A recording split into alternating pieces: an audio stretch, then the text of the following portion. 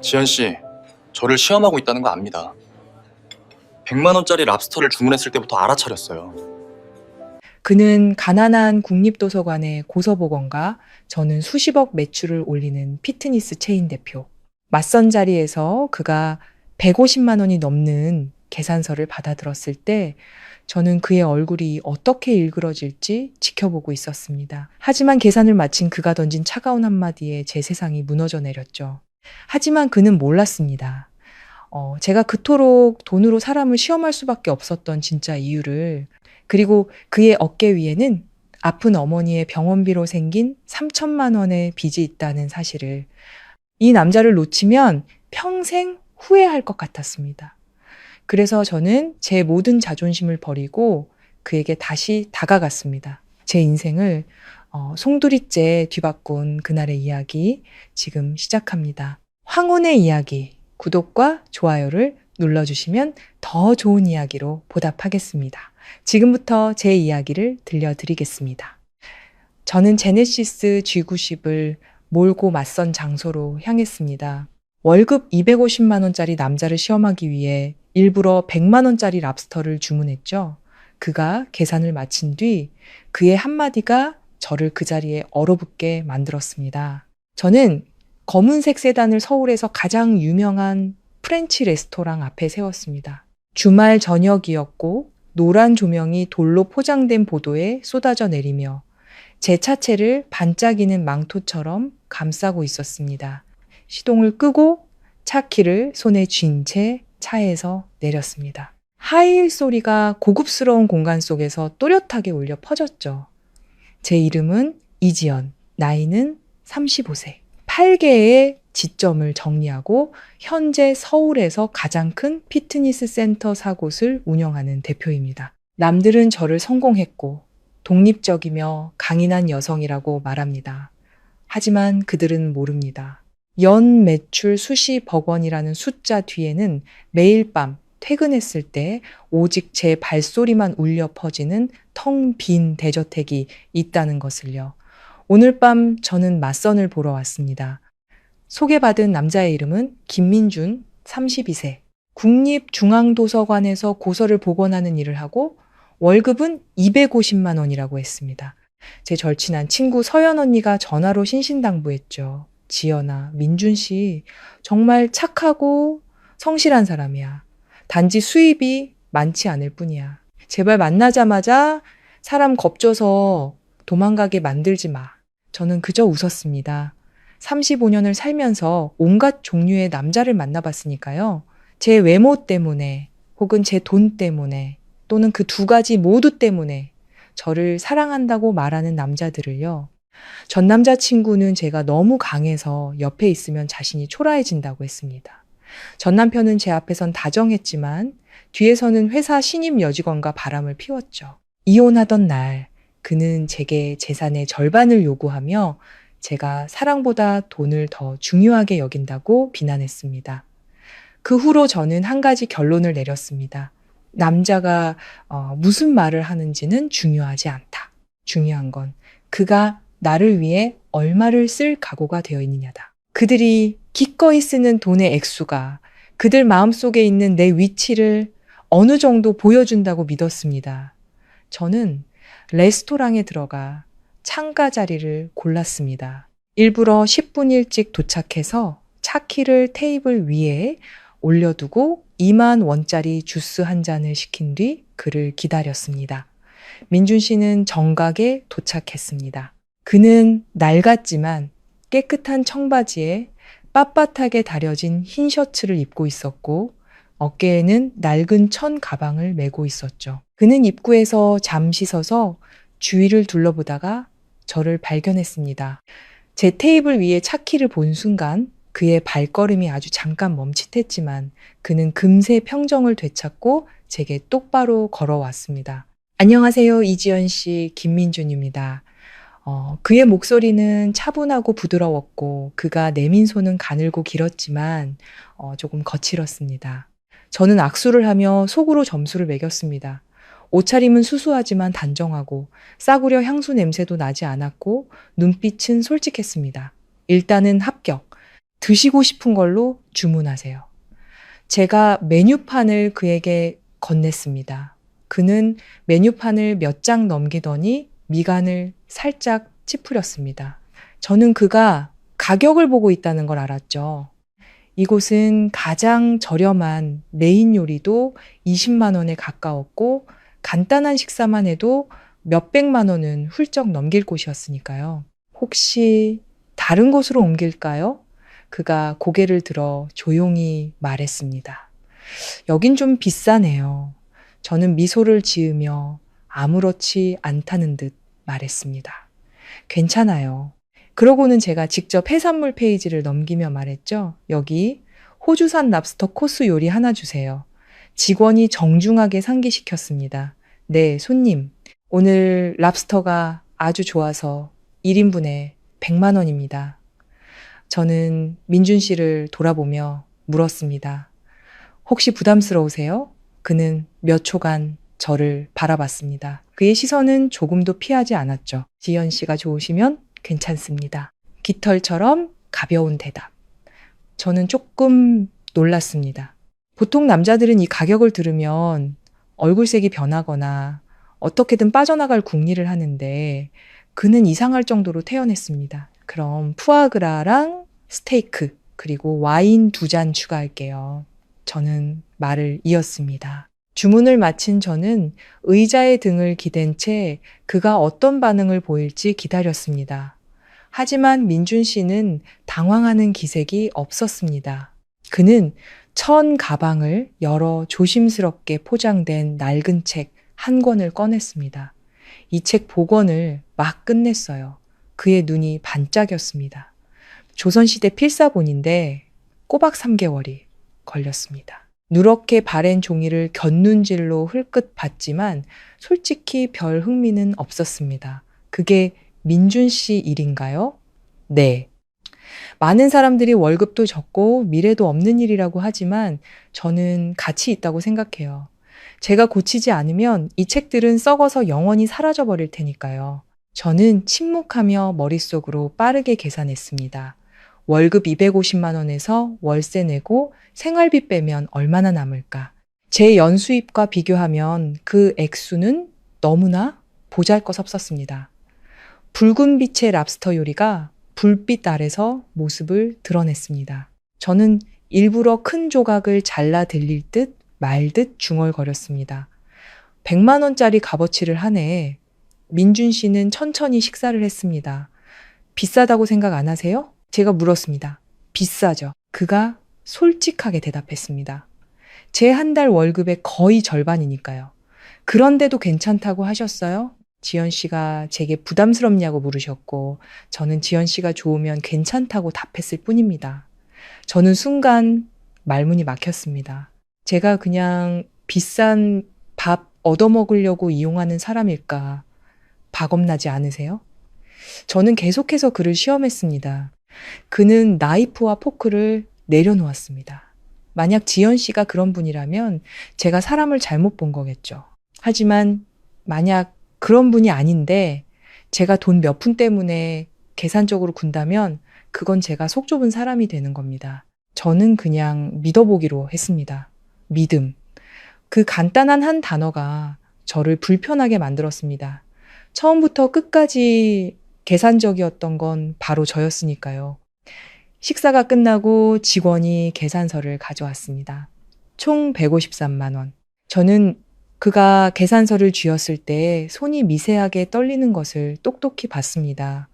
아주 작은 떨림이었지만 저는 분명히 봤습니다. 그의 2달치 생활비가 그 숫자 안에 들어있었죠. 저는 기다렸습니다. 그는 지갑에서 카드를 꺼내 직원에게 건넸습니다. 그리고 차분한 목소리로 말했죠. 일시불로 해주세요. 저는 갑자기 목이 타는 것을 느꼈습니다. 저 굳이 그럴 필요 없는데 제가 무심코 말하자 그가 저를 막아섰습니다. 제가 대접하겠다고 했잖아요. 하지만 이 돈이 당신에게 얼마나 큰 돈인지 알잖아요. 알죠. 그가 옅게 웃었습니다. 조금 쓰리긴 하지만 존중이 더 중요하니까요. 저는 그 자리에 얼어붙었습니다. 그가 영수증에 서명을 마치고 카드를 지갑에 넣더니 저를 똑바로 쳐다봤습니다. 지연 씨, 저를 시험하고 있다는 거 압니다. 100만 원짜리 랍스터를 주문했을 때부터 알아차렸어요. 심장이 쿵 하고 내려앉았습니다. 제가 얼굴색이 변하는지 도망갈 핑계를 찾는지 아니면 지연 씨에게 돈을 내라고 하는지 보고 싶으셨겠죠. 이해합니다. 저는 아무 말도 하지 못했습니다. 하지만 한 사람의 진심은 100만 원짜리 식사를 하든 10,000원짜리 국밥을 먹든 크게 다르지 않다고 생각합니다. 중요한 건 누구와 함께 먹느냐죠. 그 말에 숨이 턱 막혔습니다. 그는 자리에서 일어나 천 가방을 어깨에 맸습니다. 제가 이 돈을 낸 건 부자라서가 아니라 지연 씨의 선택을 존중하기 때문입니다. 하지만 저 역시 제 자신을 존중합니다. 돈으로 감정을 측정하려는 사람과는 더 이상 만나고 싶지 않군요. 그 말을 남기고 그는 뒤돌아 걸어갔습니다. 저는 고급 레스토랑 한가운데 홀로 앉아 있었습니다. 주위에서는 피아노 연주가 잔잔하게 울려 퍼지고 있었죠. 테이블 위의 차키가 그 어느 때보다 무겁게 느껴졌습니다. 살면서 처음으로 제가 이긴 건지 진 건지 알 수 없었습니다.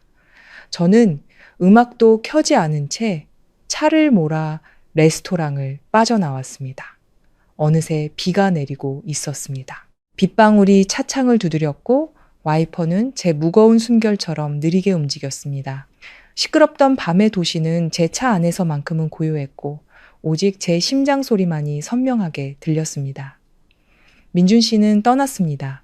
35년간 그 누구도 제게 그토록 솔직하게 말해준 적이 없었습니다. 비난도 조롱도 애원도 없이 그저 낡은 책장을 넘기듯 차분하고 분명하게 말하고 떠났죠. 돈으로 감정을 측정하려는 사람과는 더 이상 만나고 싶지 않군요. 그 말이 지워지지 않는 낙인처럼 머릿속을 맴돌았습니다. 그때 전화가 울렸습니다. 서연 언니였습니다. 어떻게 됐어? 들뜬 목소리였죠. 저는 빗물에 번지는 앞 유리를 보며 나지막이 대답했습니다. 가버렸어요. 가다니 무슨 소리야? 너 또 무슨 짓 했어? 저는 모든 것을 털어놓았습니다.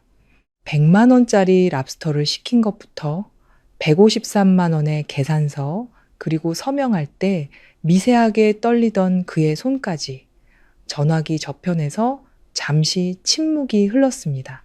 지연아, 언니가 한숨을 쉬었습니다. 너, 민준 씨가 어머님 병원비 때문에 대출받은 거 알아? 저는 깜짝 놀랐습니다. 병원비요?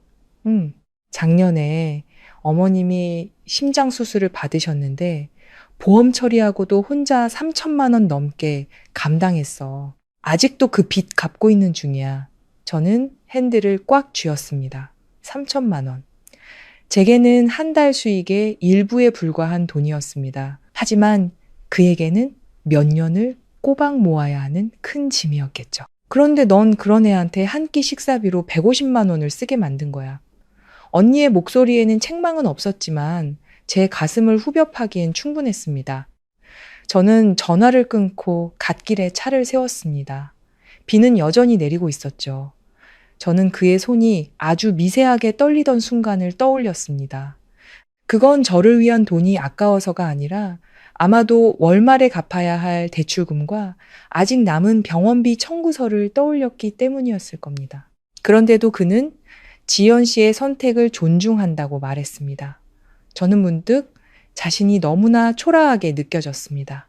한남동의 고급 빌라에 도착해 문을 열고 불을 켰습니다. 넓은 공간은 익숙한 침묵으로 저를 맞이했죠. 100평 남짓한 대리석 바닥, 화려한 크리스탈 샹들리에. 하지만 그 어디에도 웃음소리는 없었습니다. 신발을 벗고 차키를 테이블 위에 내려놓자 텅 빈 거실에 날카로운 소리가 울렸습니다. 저는 소파에 주저앉아 천장을 바라봤습니다. 마음이 텅 비어버린 것 같았죠. 지난 몇 년간 저는 항상 제가 옳다고 믿었습니다. 강해야 하고 냉정해야 하며 돈을 방패 삼아 스스로를 지켜야 한다고, 이용당하고 무시당하고 과거의 실수를 반복하는 것이 두려웠습니다. 하지만 한 번도 생각해보지 못했습니다. 그 방패가 진심으로 다가오는 사람까지 막아서고 있었다는 것을요. 전화가 다시 울렸습니다. 이번엔 엄마였습니다. 지연아, 뭐 하고 있니? 방금 집에 왔어요. 서연이한테 들었다. 너 또 사람 돌려보냈다며? 저는 입술을 깨물었습니다. 확실하게 하고 싶었을 뿐이에요, 엄마. 돈으로 사람 마음을 시험해서 확실하게 한다고? 얘야, 감정은 저울이 아니야. 그 위에 돈을 많이 올릴수록 더 심하게 기울어질 뿐이란. 저는 대답하지 못했습니다. 엄마가 말을 이었습니다. 네, 아빠. 옛날에 월급 몇십만 원 받으면서 나랑 칼국수 한 그릇 먹으려고 일주일을 고민했어. 그래도 난 네 아빠가 날 사랑하는 걸 알았지. 특 사이즈를 시켜줘서가 아니라 자기 그릇에 있는 고기 한 점을 내게 덜어줬기 때문이야. 저는 씁쓸하게 웃었습니다. 상처받는 게 두려워요. 제가 솔직하게 말하자 엄마는 부드러운 목소리로 타이르셨습니다. 네가 두려워할수록 더 사람들을 밀어낼 뿐이야. 생각해보렴. 월급 250만 원 버는 남자가 너와의 약속을 지키기 위해 허세가 아니라 책임감으로 150만 원을 썼어. 그런 사람을 네가 뭘 더 의심하니? 저는 오랫동안 침묵했습니다. 전화를 끊고 주소록에서 김민준이라는 이름을 찾았습니다. 그의 프로필 사진은 낡은 책 한 권이었고 상태 메시지는 한 장 한 장 마음을 치유하다라고 적혀 있었죠. 저는 메시지를 썼다 지우기를 반복했습니다. 마침내 저는 이렇게 썼습니다. 오늘 제가 너무했습니다. 죄송합니다. 메시지를 보냈습니다. 읽음 표시는 떴지만 답장은 없었죠. 저는 휴대폰을 내려놓았습니다. 심장이 무겁게 가라앉았습니다. 살면서 처음으로 돈으로 살 수 없는 무언가를 간절히 기다리고 있었습니다. 30분이 지났지만 휴대폰은 여전히 조용했습니다. 저는 침실로 올라가 편한 옷으로 갈아입고 다시 거실로 내려왔습니다. 와인 캐비닛을 열어 와인 한 잔을 따랐지만 입술에 가져다 대기만 할 뿐 마실 수가 없었죠. 레스토랑에 앉아있던 민준 씨의 모습이 계속 떠올랐습니다.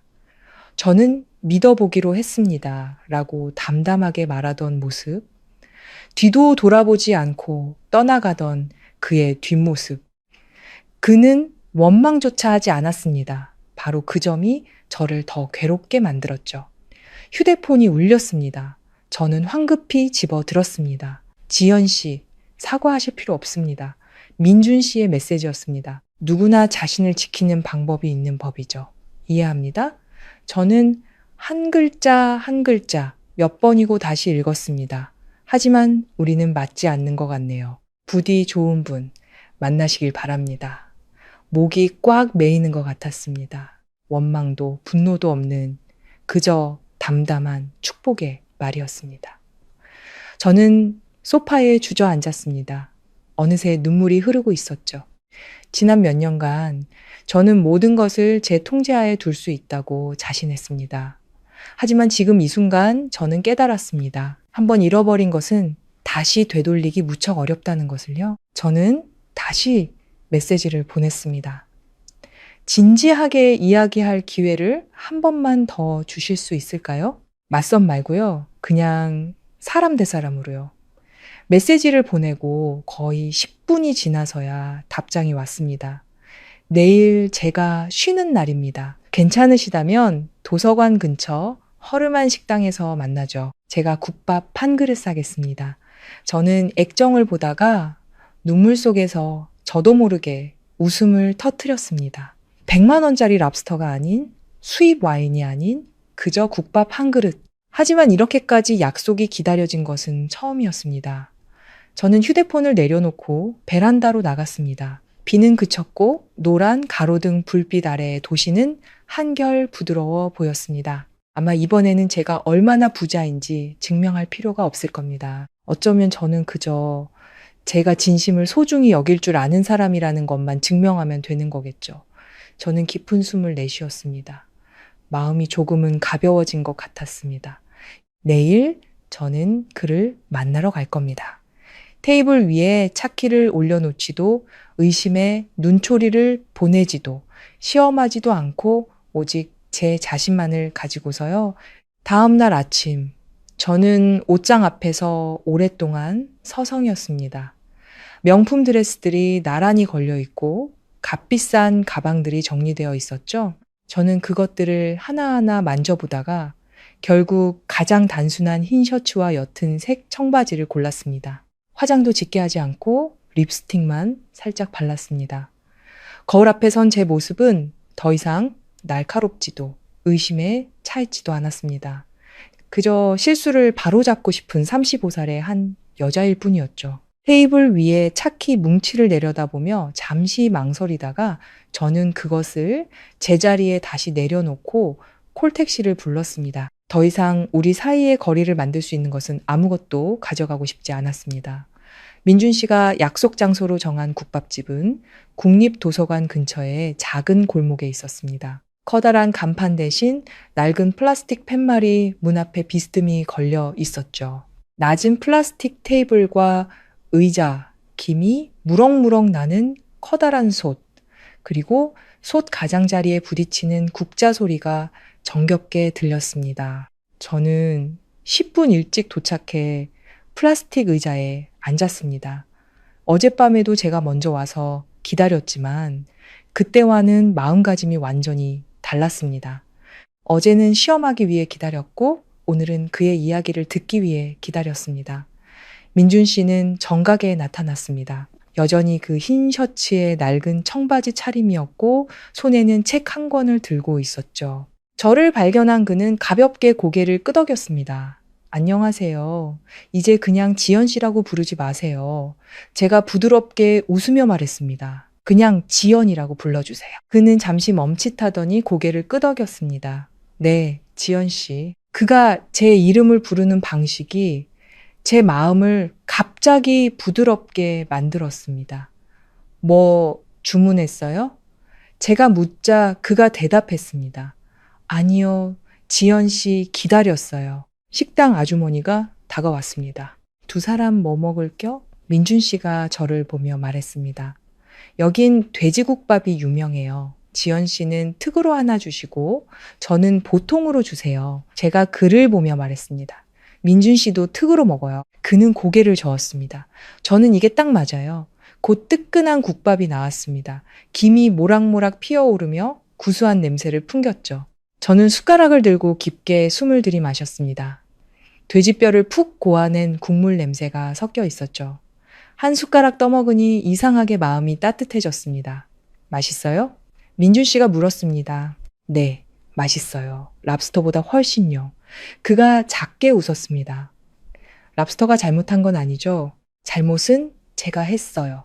제가 단도직입적으로 말했습니다. 분위기가 잠시 가라앉았죠. 저는 숟가락을 내려놓고 그를 똑바로 쳐다봤습니다. 어제 저는 민준 씨만 시험한 게 아니에요. 제 자신도 시험했어요. 만약 당신이 그 돈을 낸다면 그건 당신이 나를 위해 그 정도는 감수할 준비가 되었다는 뜻이라고 생각했어요. 하지만 당신의 상황은 전혀 고려하지 않았죠. 민준 씨는 조용히 듣고만 있었습니다. 서연 언니한테 들었어요. 어머님이 심장 수술하셨다고. 그의 눈빛이 미세하게 흔들렸지만 그는 여전히 태연했습니다. 네, 작년에요. 죄송해요. 제가 작게 말했습니다. 정말 몰랐어요. 알았든 몰랐든 마찬가지였을 겁니다. 지연 씨는 스스로를 지킬 권리가 있으니까요. 다른 사람에게 상처를 주면서까지 저를 지키려고 했어요. 제가 슬프게 웃었습니다. 그는 고개를 저었습니다. 꼭 그렇지만은 않아요. 어제 지연 씨는 그저 두려웠던 겁니다. 제가 고개를 들자 그가 말을 이었습니다. 과거에 실수를 반복할까봐, 이용당할까봐, 받은 것보다 더 많이 주게 될까봐 두려웠던 거죠. 저는 지연 씨 눈에서 그걸 봤어요. 저는 말문이 막혔습니다. 그 누구도 제 두려움을 이렇게 명확하게 짚어준 적이 없었습니다. 그런데도 왜 돈을 냈어요? 제가 물었습니다. 민준 씨는 국물을 한 모금 마시고 그릇을 내려놓았습니다. 제가 지연 씨에게 저녁을 사겠다고 약속했으니까요. 한번 뱉은 말은 지켜야 한다고 생각했습니다. 그게 당신의 능력을 벗어나는 일이었는데도요. 벗어나면 다시 아껴 쓰면 되죠. 그가 웃었습니다. 한동안 외식 대신 집에서 밥해 먹으면 괜찮아요. 저는 코끝이 찡해지는 것을 느꼈습니다. 저한테 화나지 않았어요? 조금 서운하긴 했지만 화나진 않았어요. 왜요? 화낸다고 해결되는 건 아무것도 없으니까요. 다만 지연 씨가 계속해서 저를 돈의 가치로만 본다면 더 이상 관계를 이어가고 싶지 않았을 뿐입니다. 저는 손에 쥔 숟가락을 빙빙 돌렸습니다. 우리 다시 시작할 수 있을까요? 제 목소리가 너무 작게 떨려서 저 자신도 놀랐습니다. 민준 씨는 저를 오랫동안 바라봤습니다. 어떤 의미로요? 그가 물었습니다. 맞선도, 시험도 아닌 그냥 평범한 두 사람으로 서로를 알아가는 거예요. 제가 대답했습니다. 그가 침묵하는 동안 제 심장 소리가 선명하게 들렸습니다. 지연 씨, 정말 준비됐어요? 그가 되물었습니다. 오늘 후회했다가 내일 다시 돈을 잣대로 삼지는 않을 자신 있냐는 말입니다. 날카롭진 않았지만 아주 직설적인 질문이었습니다. 저는 몇 초간 생각하다가 솔직하게 말했습니다. 하루아침에 변할 거라고 장담은 못해요. 하지만 시도조차 하지 않으면 전평생 의심 속에서 살게 될 거라는 건 알아요. 민준 씨가 작게 고개를 끄덕였습니다. 그럼 친구부터 시작하죠. 그가 말했습니다. 부담 없이 서로를 알아가는 거예요. 저는 마음속에 큰 돌덩이가 내려가는 것을 느꼈습니다. 친구. 제가 그 말을 되뇌자 그가 웃었습니다. 하지만 조건이 하나 있어요. 뭔데요? 다시는 테이블 위에 차키 올려놓지 마세요. 저는 웃음을 터뜨렸습니다. 이번에는 정말 마음 편하게 웃었죠. 네, 약속할게요. 국밥을 다 먹고 민준 씨가 계산을 하러 일어섰습니다. 저는 습관적으로 지갑을 꺼내려 했지만 그가 손을 들어 막았습니다. 오늘은 제가 사는 겁니다. 두 그릇에 2만 원. 이 정도는 충분히 낼 수 있어요. 저는 더 이상 고집 부리지 않았습니다.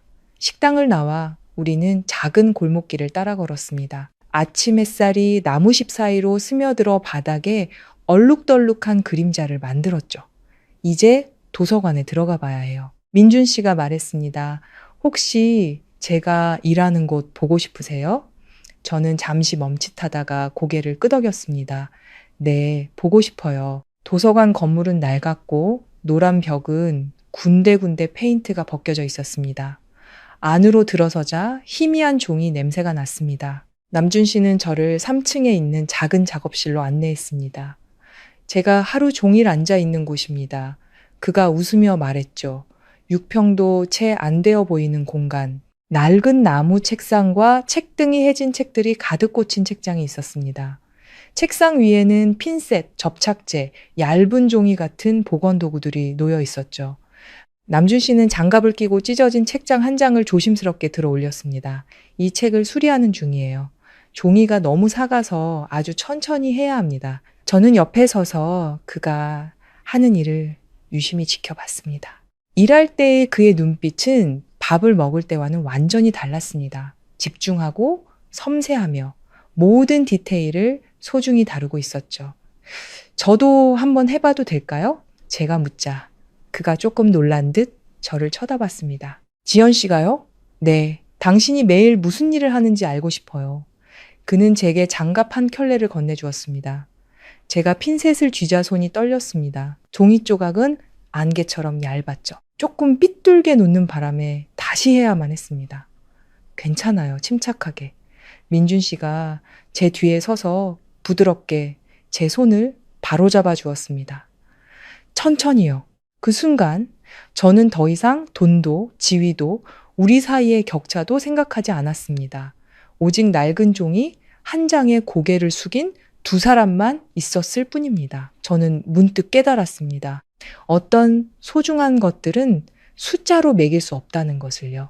어쩌면 이번에는 제가 그를 시험할 필요가 없을지도 모릅니다.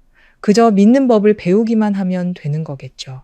그 보건실은 생각보다 더 작았습니다. 창문은 살짝 열려 있었고 한낮의 햇살이 나무 책상 위로 가느다란 빗줄기를 만들고 있었죠. 에어컨 대신 낡은 선풍기 한 대가 느리게 돌아가고 있었습니다. 책장에는 책들이 가지런히 쌓여 있었는데 어떤 책은 표지가 떨어져 나갔고 어떤 책은 방금 다시 태어난 것처럼 정성스럽게 포장되어 있었습니다. 민준 씨는 의자에 앉아 하던 일을 계속했습니다. 저는 아무 말 없이 옆에 서서 조용히 그를 지켜봤습니다. 그는 핀셋으로 잠자리 날개처럼 얇은 종이 조각을 집어 찢어진 부분에 천천히 붙였습니다. 그의 손놀림은 서두르는 법 없이 꾸준하고 인내심이 넘쳤습니다. 이 일을 한 지 10년이 넘었어요. 그가 나지막이 말했습니다. 눈은 여전히 책에서 떼지 않은 채였죠. 처음엔 손도 많이 떨고 망친 적도 많았어요. 왜 다른 일은 알아보지 않으셨어요? 제가 물었습니다. 그가 웃으며 대답했죠. 어머니를 포함해서 많은 사람들이 똑같이 물었어요. 월급도 적고 미래도 불투명한 일이라고.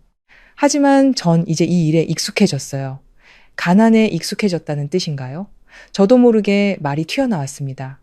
민준 씨는 하던 일을 멈추고 저를 돌아봤습니다. 화난 기색 없이 그저 담담한 표정이었죠. 가난에 익숙해진 게 아니라 매일 의미 있는 일을 하는 것에 익숙해졌다는 뜻입니다. 그가 말을 이었습니다. 어떤 책들은 100년 이상 존재해 왔어요. 만약 제가 고치지 않으면 몇 년 안에 썩어 없어지겠죠. 저는 후대의 사람들을 위해 기억의 일부를 남겨준다고 생각해요.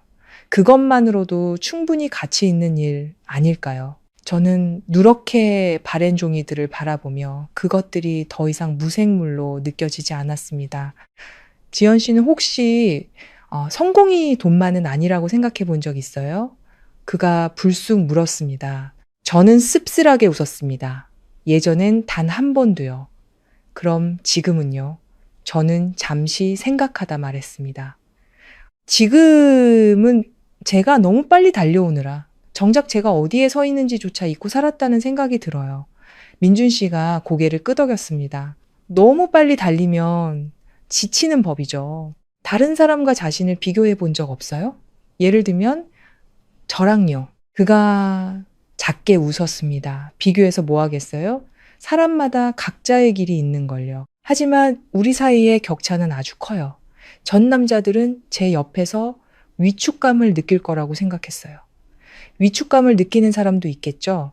그가 인정했습니다. 하지만 그건 지연 씨가 부자라서가 아니라 그들 스스로가 단단하지 못하기 때문입니다. 제 심장이 작게 울리는 것을 느꼈습니다. 민준 씨는 위축되지 않아요? 그는 잠시 생각하더니 고개를 저었습니다. 저는 제가 가진 것과 가지지 못한 것을 압니다. 큰 돈은 없지만 제가 사랑하는 일이 있고 어머니가 계시고 제 자존심이 있습니다.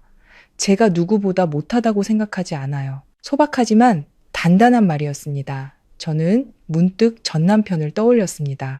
그는 내 옆에 있으면 내가 남자로 느껴지지 않아라고 말했었죠. 그때는 그가 나약하다고 생각했습니다. 하지만 지금 저는 어쩌면 제가 무심코 그를 초라하게 만들었던 건 아닐까 자문하기 시작했습니다.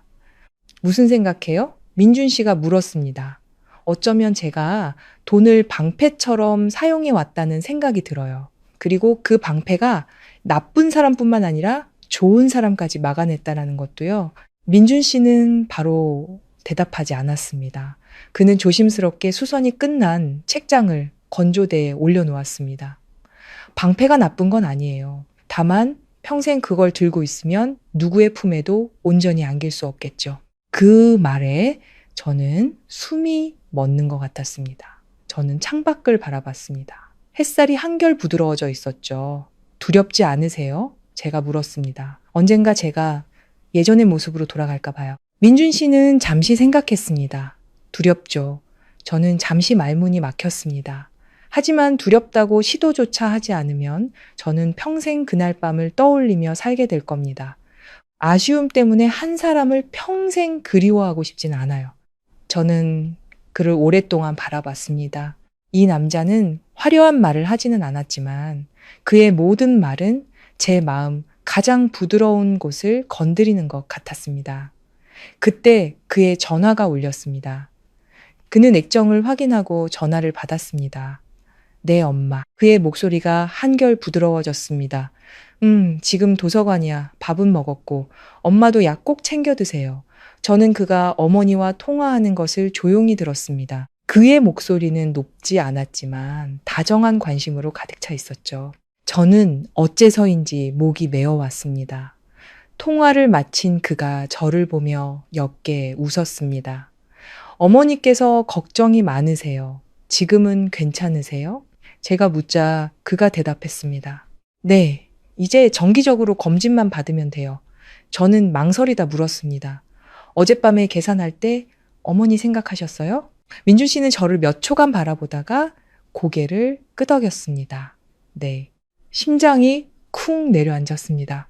하지만 만약 제가 지연 씨에게 계산을 미뤘다면 아마 어머니께서도 기뻐하지 않으셨을 거예요.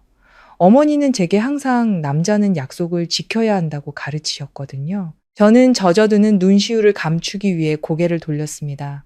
오후에 저는 잠시 더 머무르다가 돌아가겠다고 했습니다. 문을 나서기 전 저는 그 작은 방을 다시 한번 돌아봤습니다. 이곳은 크지 않지만 아주 따뜻하게 느껴지네요. 민준 씨가 웃었습니다. 이곳엔 비교가 없으니까요. 저는 올 때보다 한결 가벼워진 마음으로 계단을 내려왔습니다. 돌아오는 길에 저는 바로 택시를 타지 않았습니다. 한참을 걸었죠. 시원한 저녁 바람, 노점상의 외침, 아이들의 웃음소리, 모든 것이 소박했지만 정겨웠습니다. 저는 오직 일에만 매달렸던 지난 날들을 떠올렸습니다. 이 지점을 열고 저 지점을 확장하고 저는 돈이 많을수록 더 안전해질 거라고 생각했습니다. 하지만 민준 씨 옆에 서서 그가 찢어진 책장을 붙이는 것을 볼 때처럼 평온함을 느낀 적은 단 한 번도 없었습니다. 그날 밤 저는 넓은 거실에 홀로 앉아 있었습니다. 집은 그대로였지만 더 이상 예전처럼 자랑스럽게 느껴지지 않았죠. 저는 컴퓨터를 켜서 제가 관리하는 12개의 피트니스 센터 목록을 바라봤습니다. 직원만 100명에 가깝고 연매출은 평생 풍족하게 살기에 충분했습니다. 하지만 저는 지쳐 있었습니다. 처음으로 자문했습니다. 만약 절반을 덜어낸다면 내 가치도 사라지는 걸까? 휴대폰이 울렸습니다. 민준 씨의 메시지였습니다. 오늘 지연 씨 아주 잘했어요. 종이가 조금 삐뚤어지긴 했지만 진심이 담겨 있었어요. 저는 웃음을 터뜨렸습니다. 앞으로도 많이 삐뚤어질 거예요. 제가 답장하자 그가 다시 메시지를 보냈습니다. 괜찮아요. 천천히 고쳐나가면 되죠. 천천히 고쳐나가면 된다. 저는 그 문장을 오랫동안 바라봤습니다. 어쩌면 감정도 낡은 책과 같은 것일지도 모릅니다. 처음부터 완벽할 수는 없겠죠. 인내심을 갖고 찢어진 상처를 받아들이고 소중히 다룰 줄 알아야 하는 거겠죠. 저는 자리에서 일어나 베란다로 나갔습니다. 도시의 불빛이 켜지기 시작했습니다. 저는 더 이상 100만 원짜리 랍스터도 153만 원짜리 계산서도 생각하지 않았습니다. 저는 월급 250만 원의 한 남자, 하지만 그 어떤 숫자보다 값진 자존심을 가진 그를 생각하고 있었습니다. 그리고 저는 깨달았습니다. 제가 변하고 있다는 것을. 그를 위해서가 아니라 진짜 나로 살고 싶어졌기 때문에. 그 후 며칠 동안 저는 평소처럼 피트니스 센터로 출근했지만 마음은 더 이상 숫자에만 얽매이지 않았습니다. 최고층 사무실에 앉아 분기별 매출 보고서를 보고 있었죠. 숫자는 분명하게 상승 곡선을 그리고 있었습니다. 매출은 8% 증가했고 운영 비용은 3% 감소했죠. 예전의 저였다면 만족하고 자랑스러워 했을 겁니다. 하지만 오늘은 그저 피곤하게만 느껴졌습니다. 너무 빨리 달리면 지치는 법이죠.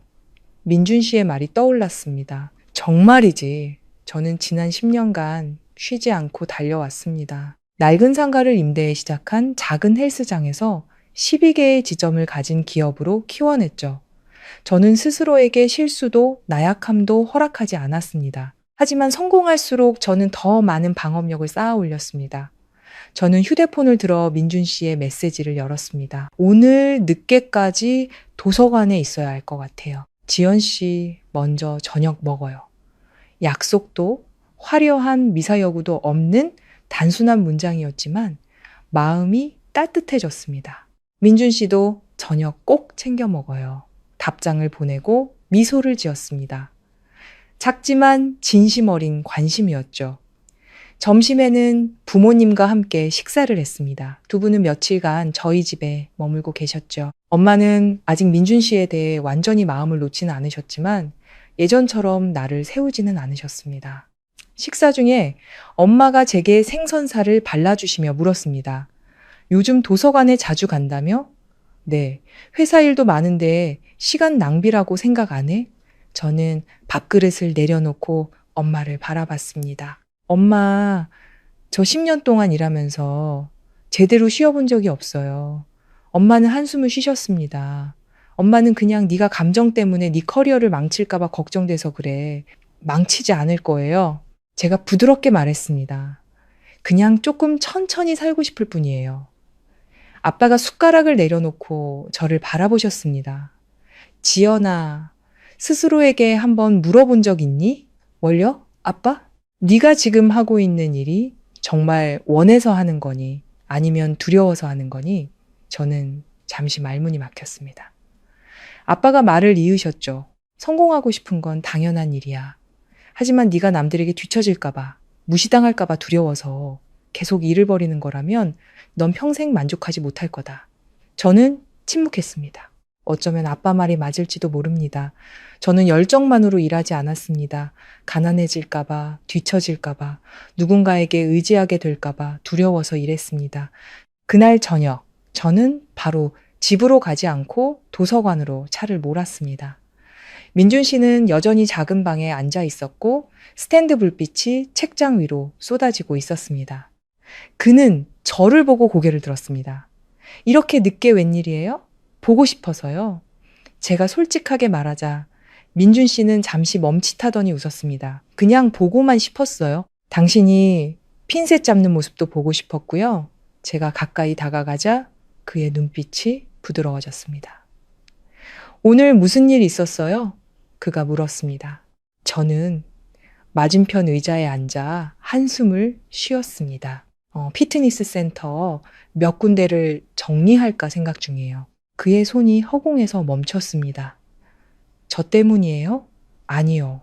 제가 고개를 저었습니다. 저 자신을 위해서요. 저는 지난 며칠간의 고민을 그에게 털어놓았습니다.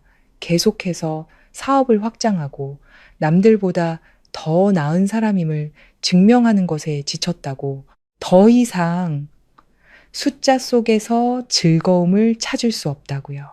민준 씨는 제 말을 끊지 않고 조용히 들어주었습니다. 더 이상 즐겁지 않다면 멈추는 것도 실패는 아니에요. 그가 말했습니다.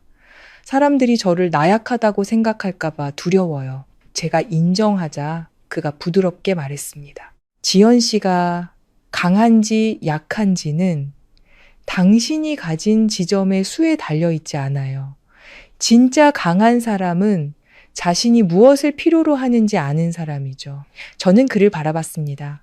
만약 제가 사업을 축소하면 제가 어리석다고 생각할 건가요? 민준 씨가 웃었습니다. 저는 지연 씨가 용감하다고 생각할 겁니다. 저도 따라 웃었습니다. 어쩌면 처음으로 저는 누군가의 존경이 아닌 이해를 필요로 했던 것 같습니다. 우리는 밤늦게까지 함께 책을 수선했습니다. 이번에는 제 손이 덜 떨렸고 종이 조각은 제자리에 더 반듯하게 놓였습니다. 실력이 늘었네요. 민준 씨가 칭찬했습니다. 제가 배우는 게 빠르거든요. 제가 대답하자 그가 고개를 기울이며 저를 바라봤습니다. 배우는 게 빠른 게 아니라 지연 씨가 진심으로 원하기 시작한 거죠. 저는 수선된 책장을 바라보며 문득 그 안에서 제 자신의 모습을 봤습니다. 돈이라는 두꺼운 붕대로 가려져 있던 상처. 이제 저는 그것을 감추는 대신 만지는 법을 배우고 있었습니다. 도서관을 나와 저는 바로 빌라로 가지 않고 차를 몰아 도시를 한 바퀴 돌았습니다. 가로등 불빛이 비해 젖은 도로 위로 반사되었습니다. 저는 100만 원짜리 랍스터를 일부러 주문했던 첫날 밤을 떠올렸습니다. 그때 저는 제가 주도권을 쥐고 있다고 생각했죠. 이제야 깨달았습니다. 진정으로 주도권을 쥔 사람은 과감히 내려놓을 줄 아는 사람이라는 것을요. 집에 돌아와 저는 컴퓨터를 켜고 12개의 지점 목록을 다시 봤습니다. 그리고 비서에게 전화했습니다. 박 실장, 4개 지점 매각 서류부터 준비해줘요. 전화기 저편에서 놀란 목소리가 들려왔습니다. 대표님, 정말 결정하신 겁니까? 네, 이제 좀 짐을 덜고 싶어요. 하지만 수익이 전부는 아니니까요. 전화를 끊고 저는 몇 분간 멍하니 앉아 있었습니다. 이 결정이 어떤 결과를 가져올지 알 수 없었죠. 수입의 일부를 잃게 될 수도 있고 누군가는 뒤에서 수군거릴지도 모릅니다. 하지만 이대로 가지 않으면 다시 예전의 굴레로 돌아갈 거라는 것을 알았습니다. 휴대폰이 울렸습니다. 민준 씨의 메시지였죠. 집에 잘 도착했어요? 네, 제가 답장했습니다. 도서관에 온 걸 후회하지는 않아요? 저는 화면을 보며 미소 지었습니다. 아니요, 더 일찍 오지 않은 걸 후회해요. 잠시 후 그가 다시 메시지를 보냈습니다. 저도 마찬가지예요. 심장이 작게 울렸습니다. 저는 거실불을 끄고 계단을 올랐습니다. 집은 여전히 넓었지만 더 이상 텅 비게 느껴지지는 않았습니다. 어쩌면 변화란 거창한 결정에서 오는 것이 아니라 매일 반복되는 작은 선택들에서 오는 것일지도 모릅니다. 저는 침대에 누워 내일을 생각했습니다. 매각될 피트니스 센터들, 엄마 아빠, 그리고 용감하다고 말해주던 민준 씨의 눈빛을요. 처음으로 미래가 두렵지 않았습니다. 4개 지점을 매각하기로 한 결정은 일주일 내내 회사 안팎을 떠들썩하게 만들었습니다. 직원들은 계속해서 전화를 걸어왔고 사업 파트너들은 직접 만나자고 요청했으며 심지어 어떤 사람들은 제가 남자 때문에 약해졌다고 뒤에서 수군거렸습니다. 예전의 저였다면 분노했을 겁니다. 제가 약하지 않다는 것을 보여주기 위해 새로운 확장 계획을 발표하며 모두에게 증명하려 했겠죠. 하지만 이번에는 많은 설명을 하지 않았습니다. 저는 임원들에게 그저 사업 구조를 재편하고 정말 필요한 것만 남기고 싶다고만 말했습니다. 말은 태연하게 했지만 밤에는 잠을 설쳤습니다. 제가 너무 충동적인 건 아닐까? 몇 달 뒤 매출이 줄어들면 후회하게 될까봐 두려웠습니다. 그날 밤 엄마는 거실에서 저를 기다리고 계셨습니다. 아빠는 먼저 방에 들어가셨죠. 지점 몇 개 정리한다는 거 정말이니? 엄마가 단도직입적으로 물으셨습니다. 네. 엄마는 잠시 침묵하시더니 천천히 말씀하셨습니다. 지연아, 엄마가 네 연애를 막는 건 아니야. 하지만 네가 감정 때문에 나중에 대가를 치러야 할 일을 버리는 건 원치 않는다. 저는 엄마 옆에 앉았습니다. 민준 씨 때문이 아니에요. 제가 또박또박 말했습니다. 제가 더 이상 제가 원하는 삶을 살고 있지 않다고 느꼈기 때문이에요. 엄마는 걱정과 의심이 뒤섞인 눈으로 저를 바라보셨습니다. 그럼 넌 뭘 원하는데? 저는 순간 말문이 막혔습니다. 지난 몇 년간 저는 항상 더 많은 지점을 원했고 더 높은 매출을 원했고 경쟁사를 이기길 원했습니다. 하지만 그 단순한 질문이 저를 당황하게 만들었죠. 제가 원하는 게 뭐냐고요? 평온함을 원해요. 제가 나지막이 대답했습니다. 엄마는 한숨을 쉬셨습니다. 평온함이 밥 먹여주진 않아. 하지만 돈으로도 평온함을 살 수는 없더라고요. 방 안에는 침묵이 흘렀습니다. 엄마는 고개를 돌리시며 한결 부드러워진 목소리로 말씀하셨습니다. 엄마는 그냥 네가 고생할까봐 그래. 저는 엄마의 손을 잡았습니다. 엄마, 저 예전에 정말 부자였지만 그때도 힘들었어요. 엄마는 더 이상 말씀이 없으셨지만 제 손을 꽉 잡아주셨습니다. 저는 엄마가 아직 민준 씨를 그리고 제 결정을 완전히 믿지는 않으신다는 걸 알았습니다.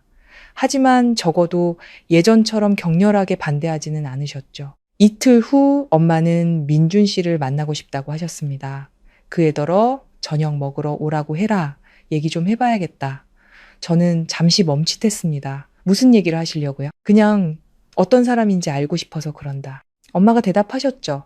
제가 민준 씨에게 메시지를 보내자 그는 바로 답장했습니다. 알겠습니다. 찾아뵙겠습니다. 그날 오후 제 심장은 평소보다 더 빨리 뛰는 것 같았습니다. 민준 씨는 정각에 도착했고 손에는 과일 바구니와 작은 케이크 상자를 들고 있었습니다. 안녕하세요, 아버님, 어머님. 그는 정중하게 고개를 숙였습니다. 엄마는 그의 머리부터 발끝까지 훑어보셨습니다. 경멸하는 눈빛은 아니었지만 날카로운 심사의 눈빛이었죠. 그래, 앉아라. 아빠가 먼저 온화한 목소리로 말씀하셨습니다. 저녁 식사는 다소 어색한 분위기 속에서 진행되었습니다. 엄마는 제게 반찬을 집어주시더니 갑자기 민준 씨에게 물었습니다. 월급이 얼마나 되나? 250만 원입니다, 어머니. 민준 씨는 솔직하게 대답했습니다. 엄마는 숟가락을 내려놓으셨습니다. 그럼 우리 지연이를 책임질 수 있다고 생각하나? 저는 식탁 밑에서 손을 꽉 쥐었습니다. 민준 씨는 피하지 않았습니다. 제가 부자는 아니지만 제 능력 안에서 가족을 책임질 수는 있습니다. 그리고 지연 씨는 제가 부양해야 할 사람이 아닙니다.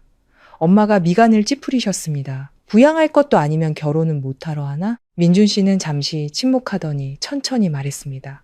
함께 살기 위해서입니다. 어머님, 누구를 부양하기 위해서가 아니고요. 그 대답에 식탁에 앉은 모두가 조용해졌습니다. 아빠는 민준 씨를 한참 바라보시더니 물으셨습니다. 자네, 지연이 수입이 어떤지는 알고 있겠지? 네, 알고 있습니다. 민준 씨가 고개를 끄덕였습니다. 부담스럽지 않나? 민준 씨가 옅게 미소 지었습니다. 부담스럽죠, 아버님.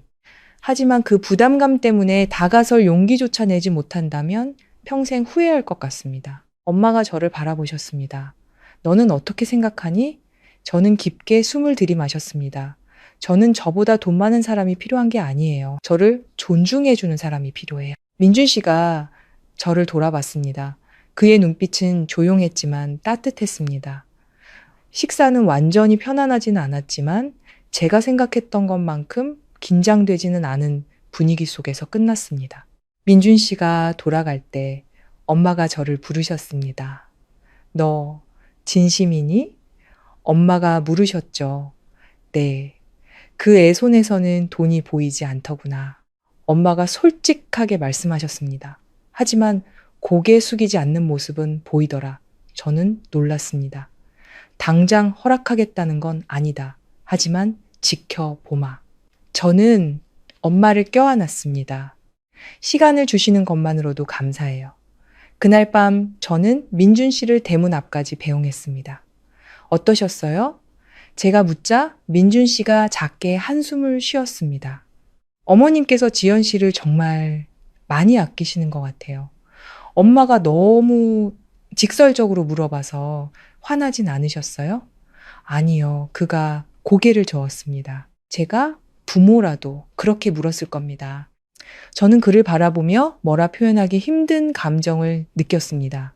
열정적인 사랑이 아니라 천천히 쌓이는 신뢰 같은 것이었죠.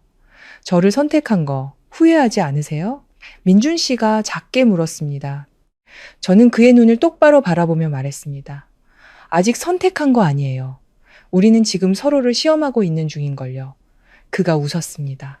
그럼 지연 씨가 후회하지 않도록 제가 더 노력해야겠네요.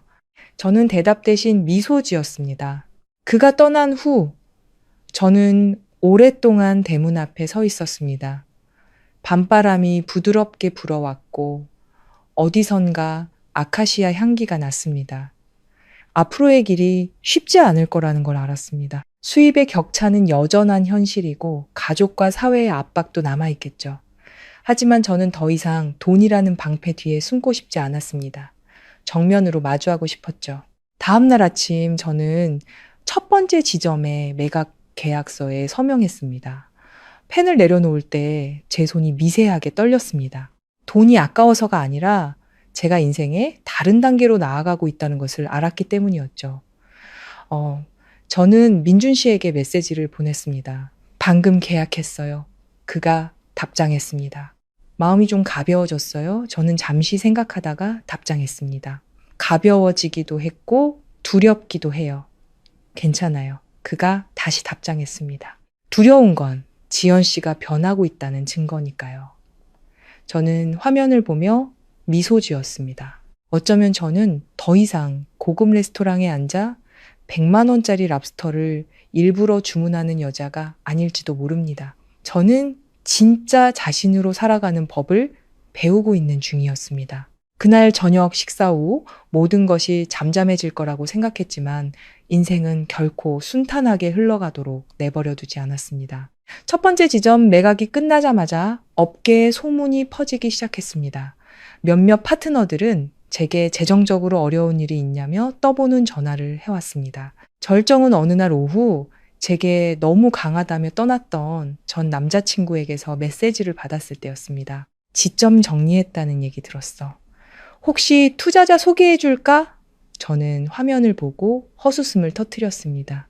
예전에 그는 제게 열등감을 느낀다며 떠났는데 이제 제가 사업을 축소한다는 소식을 듣고는 먼저 연락을 해온 것이었죠. 저는 답장하지 않았지만 이틀 뒤 그가 제 피트니스 센터 본점에 나타날 줄은 몰랐습니다.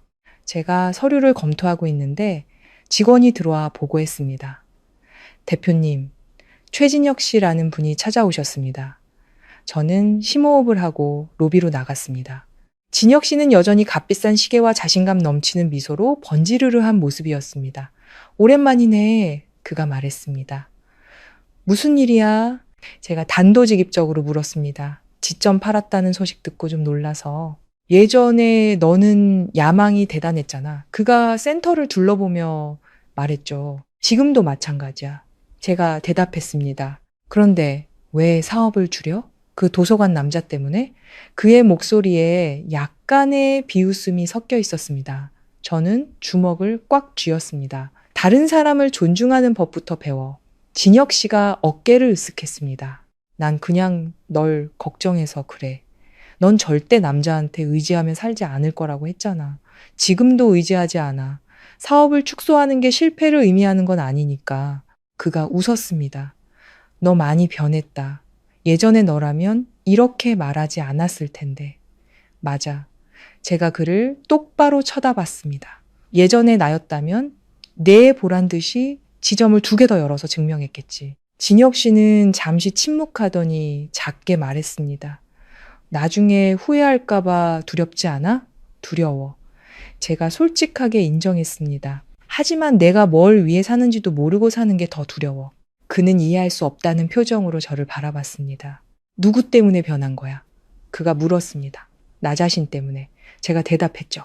진혁 씨는 고개를 저으며 알 수 없는 미소를 지었습니다. 네가 대가를 치르지 않기를 바랄게.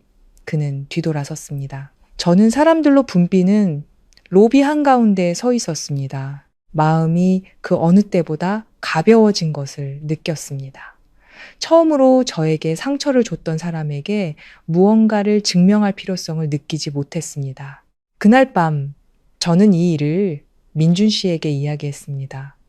그는 책을 수선하며 여전히 규칙적인 손놀림을 하고 있었죠.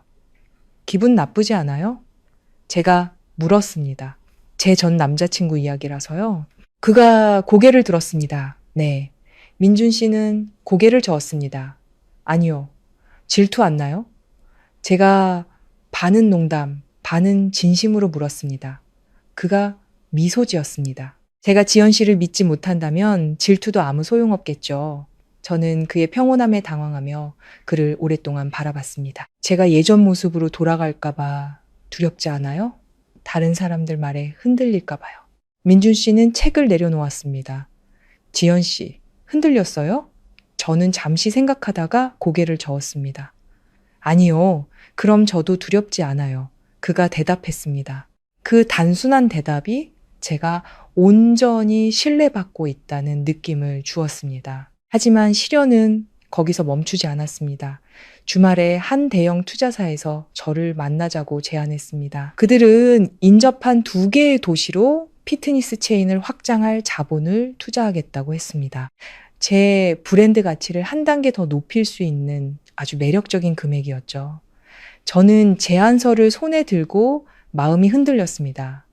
이것은 제가 한때 꿈꿨던 기회였습니다. 저는 이 이야기를 민준 씨에게 했습니다. 그는 제 말을 끊지 않고 들어주었습니다. 지연 씨는 뭘 원해요? 그가 물었습니다. 모르겠어요. 제가 솔직하게 털어놓았습니다. 한편으로는 이 제안을 받아들이고 싶고, 다른 한편으로는 다시 예전의 굴레로 돌아갈 것 같아요. 민준 씨는 생각에 잠기더니 말했습니다. 만약 사람들이 약하게 볼까봐 두려워서 받아들이는 거라면 하지 마세요. 하지만 정말 원해서 하는 거라면 하세요. 제가 다른 사람의 시선을 따라가고 있는 것 같아 두려워요. 제가 한숨을 쉬자 그가 부드럽게 말했습니다. 그럼 멈추세요. 제가 너무 성공해서 당신을 떠날까봐 두렵지 않아요? 제가 물었습니다. 남준 씨가 웃었습니다. 만약 지연 씨가 성공 때문에 저를 떠난다면 그건 제가 붙잡아도 소용없는 일이겠죠. 저는 코끝이 찡해지는 것을 느꼈습니다. 당신은 언제나 그렇게 태연해요? 아니요. 그가 고개를 저었습니다. 저도 걱정은 되지만 저는 믿기로 선택했을 뿐이에요. 또다시 믿음이라는 단어였습니다. 저는 집에 돌아와 사무실에 홀로 앉았습니다. 눈앞에는 투자 제안서가 놓여 있었죠. 저는 한 줄 한 줄 다시 읽었습니다. 스스로에게 물었습니다. 만약 민준 씨가 없었다면 이 제안을 받아들였을까? 응. 만약 주변에 수군거림이 없었다면 받아들였을까? 아마도. 그렇다면 내가 망설이는 이유는 무엇일까? 저는 깨달았습니다. 저는 더 이상 어떤 대가를 치르더라도 확장하고 싶지는 않았습니다. 제가 하는 일이 단지 증명하기 위해서가 아니라 의미 있기를 바랐습니다. 다음 날 아침, 저는 투자 제안을 거절하는 전화를 걸었습니다. 전화기 저편에서 놀란 목소리가 들려왔습니다. 이지연 대표님, 확실하신가요? 이런 기회는 흔치 않습니다. 확실합니다. 제가 대답했습니다. 전화를 끊자 이상하게 마음이 평온해졌습니다. 미래가 어떻게 될지는 몰랐습니다. 어쩌면 큰 전환점을 놓친 것일지도 모릅니다. 하지만 저는 더 이상 다른 사람이 어떻게 생각할지 두렵지 않았습니다. 그날 오후 저는 도서관에 갔습니다. 민준 씨는 창가에 앉아 있었고 햇살이 그의 머리카락 위로 쏟아지고 있었죠. 거절했어요. 제가 말하자 그가 의아한 눈빛으로 저를 바라봤습니다. 예전의 경쟁으로 돌아가고 싶지 않아요. 제가 말을 이었습니다. 민준 씨가 고개를 끄덕였습니다. 서운하지는 않아요? 아니요. 제가 미소 지었습니다. 오히려 가뿐해요. 그가 자리에서 일어나 막 복원을 마친 책장 한 장을 제게 건네주었습니다. 보세요. 그가 말했습니다. 낡았던 종이는 이제 한결 빳빳해졌고 찢어진 자국은 거의 보이지 않았습니다. 완전히 새 것처럼 만들지는 않았어요. 다만 이 종이가 계속 존재할 수 있도록 도왔을 뿐이에요. 저는 그 종이를 보며 문득 깨달았습니다. 저는 제 자신의 더 성공한 버전이 될 필요가 없었습니다. 그저 더 진실한 버전이 되면 되는 것이었죠. 그날 밤 저는 엄마에게 메시지를 보냈습니다. 엄마, 저 괜찮아요. 제가 뭘 하고 있는지 알고 있어요. 엄마가 답장했습니다. 네가 혼자 울지만 않으면 그걸로 됐다. 저는 화면을 보며 미소 지었습니다. 이번에는 울지 않았습니다. 투자 제안을 거절한 후 제 마음이 완전히 평온해질 줄 알았습니다. 하지만 사람은 한번 수선했다고 바로 빳빳해지는 종이가 아니었습니다. 오래된 주름은 아주 오랜 시간이 지나야 부드러워지는 법이었죠. 어느 주말 오후 민준 씨는 제게 오래된 기차역 뒤편의 헌책방 거리에 가자고 했습니다. 여러 번 지나쳤지만 한 번도 들어가 본 적 없는 곳이었죠. 여기에 재밌는 게 많아요. 그가 작은 골목으로 들어서며 말했습니다. 양옆으로는 임시로 세운 책 좌판들이 늘어서 있었고 낡은 책들이 머리보다 높게 쌓여 있었습니다. 퀴퀴한 종이 냄새가 커피향, 자동차 매연과 섞여 독특한 분위기를 자아냈죠. 민준 씨는 천천히 걸으며 책을 한 권 한 권 넘겨보았습니다. 오래된 초판본을 발견할 때마다 그의 눈이 반짝였죠. 저는 시끄러운 인파 속에서 그를 바라보며 문득 마음이 차분해지는 것을 느꼈습니다. 이 남자는 길거리에서 눈에 띄는 사람은 아니었지만 이상할 정도로 충만한 자신만의 세계를 가지고 있었습니다. 지연 씨, 이 책 한번 보세요. 그가 제게 70년대에 인쇄된 낡은 시집 한 권을 건네주었습니다. 몇 장 넘겨보니 종이는 누렇게 변했고 글자는 가장자리가 번져 있었습니다. 이런 책은 비싸게 팔리나요? 제가 습관처럼 물었습니다. 민준 씨가 웃었습니다. 꼭 그렇지만은 않아요. 기껏해야 몇만 원일 수도 있지만 누군가는 이걸 아주 소중히 여기겠죠. 저는 침묵했습니다. 누군가는 소중히 여길 것이다. 저는 문득 깨달았습니다. 예전에 저는 항상 돈이 될까? 를 물었지만 그는 간직할 가치가 있을까?를 묻고 있었습니다. 두 개의 시선, 두 개의 세계였죠. 우리는 조금 더 걷다가 작은 좌판 뒤에 앉아 계신 한 할아버지를 만났습니다. 머리는 하얗게 세었고 떨리는 손으로 책장을 넘기고 계셨죠. 사장님, 이 책 얼마예요? 민준 씨가 허리를 숙여 물었습니다. 그냥 가져가. 2,000원만 줘.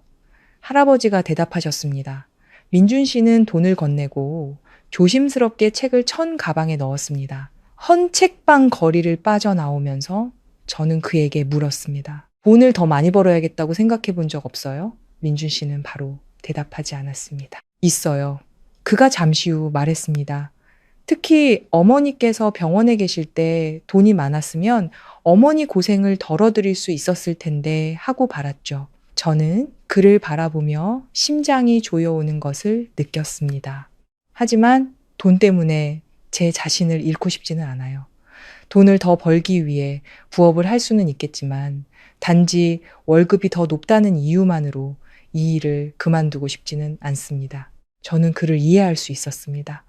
저 역시 제가 원하는 숫자를 얻기 위해 너무나 많은 것을 희생했으니까요. 그날 오후 우리가 헌책방 거리를 떠날 때 저는 길 건너편에 서 있는 진혁 씨를 우연히 봤습니다. 그는 친구와 이야기를 나누다가 우연히 저와 눈이 마주쳤죠.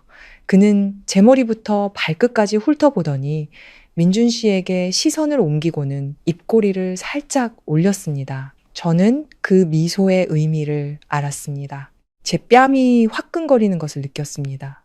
제 안의 일부는 그에게 다가가 제가 결코 초라해지지 않았다는 것을 증명하고 싶었습니다. 하지만 민준 씨는 그 시선을 전혀 의식하지 못했습니다. 그는 여전히 방금 찾은 책에 대해 이야기하며 아이처럼 들떠 있었죠. 저는 두 개의 세계 사이에 서 있었습니다. 한쪽에는 전 남자친구의 평가하는 시선이, 다른 한쪽에는 지금 제 옆에서 걷고 있는 사람의 소박한 기쁨이 있었습니다. 저는 깊은 숨을 들이마시고 민준 씨의 손을 잡았습니다. 그가 조금 놀랐습니다. 왜요? 아니에요. 제가 미소 지었습니다. 가요. 우리는 그 시선을 뒤로 하고 작은 골목으로 접어들었습니다. 그날 밤 집에 돌아오자 진혁 씨에게서 메시지가 와 있었습니다. 네가 아는 여자 중에 네가 가장 강한 여자였어. 스스로를 격화시키지 마. 저는 그 문장을 오랫동안 바라봤습니다. 스스로를 격화시킨다. 제가 조금 천천히 살기로 선택해서 제가 월급 250만 원의 남자를 사랑해서 저는 답장하지 않았습니다. 대신 휴대폰을 열어 민준 씨에게 메시지를 보냈습니다. 누군가에게 어울리지 않는다고 느껴본 적 있어요?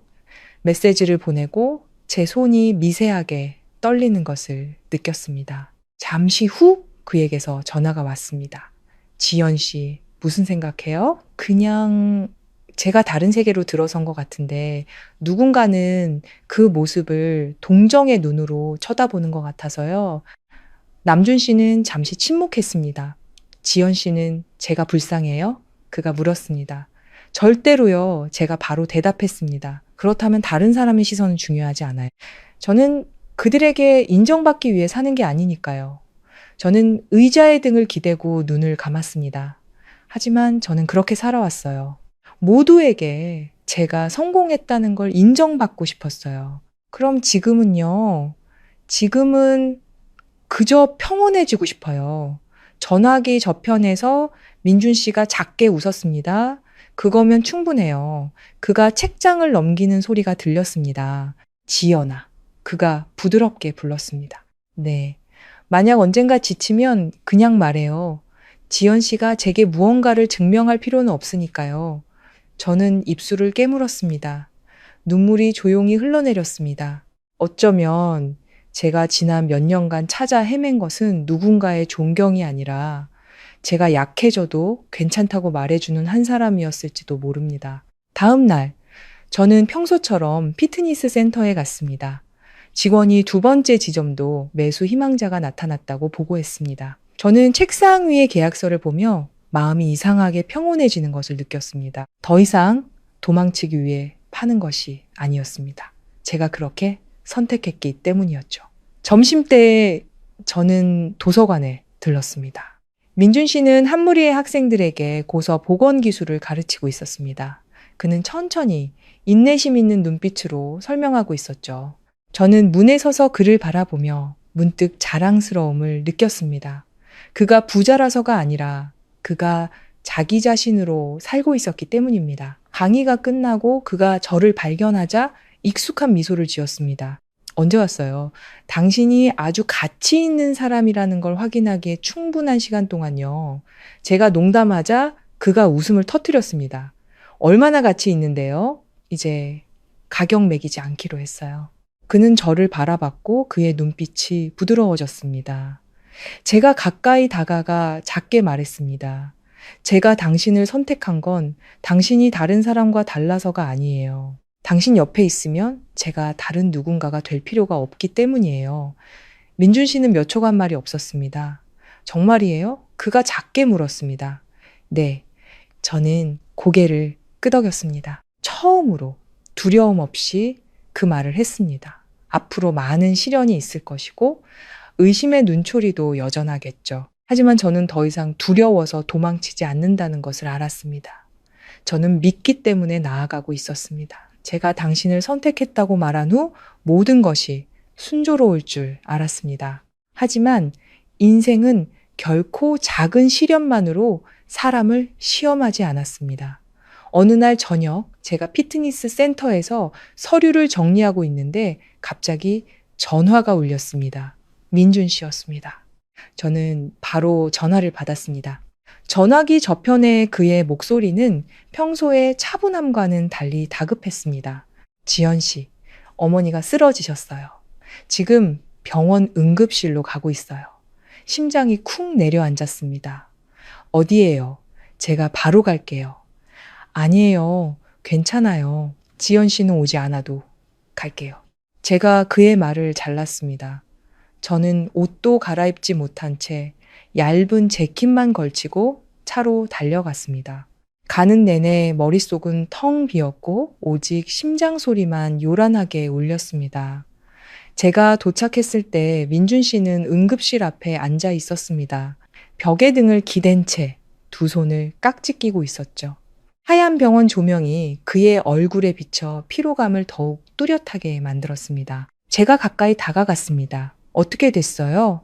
그가 고개를 들었습니다. 눈은 충혈되어 있었지만 애써 평정을 유지하고 있었죠. 의사 선생님이 심장합병증일 수 있다고 검사 중이래요. 저는 그의 옆에 앉았습니다.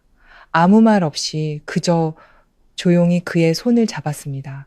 저는 민준 씨가 이렇게 약해 보이는 것을 처음 봤습니다. 잠시 후 의사가 나왔습니다. 환자 보호자분? 민준 씨가 벌떡 일어났습니다.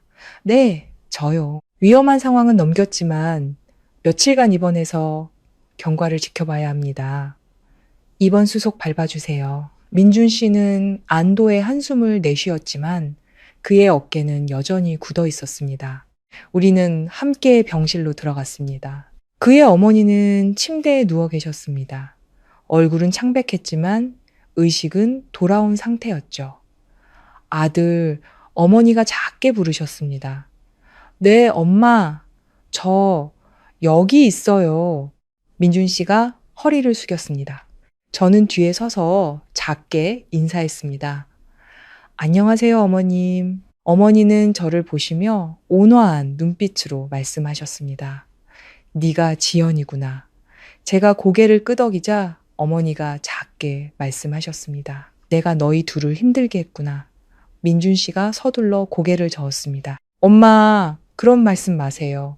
제가 가까이 다가가 어머니의 손을 잡았습니다. 어머님, 푹 쉬세요. 그날 밤 저는 민준 씨와 함께 병실에 남았습니다. 그는 어머니 침대 곁을 지키며 가끔 일어나 이불을 고쳐드렸습니다. 저는 희미한 병실 등 아래에서 그를 바라보며 아주 이상한 감정을 느꼈습니다. 이것은 제가 이전에 한 번도 들어가 본 적 없는 그의 삶의 일부였습니다. 고급 레스토랑도 150만 원짜리 계산서도 없었습니다. 오직 병원 복도와 소독약 냄새뿐이었죠. 새벽 2시쯤 민준 씨가 저를 돌아봤습니다. 지연 씨, 이제 그만 들어가서 쉬어요. 여긴 추워요. 괜찮아요. 제가 대답했습니다. 그가 저를 보며 목소리를 낮췄습니다. 책임감 때문에 억지로 있을 필요 없어요. 책임감 때문에 있는 거 아니에요. 제가 작게 말했습니다. 제가 있고 싶어서 있는 거예요. 민준 씨는 침묵했습니다. 저는 그의 마음속에 여전히 자존심과 거리감이라는 경계선이 있다는 것을 알았습니다.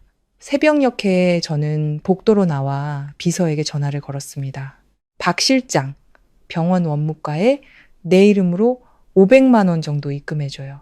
저는 민준 씨에게 말하지 않았습니다.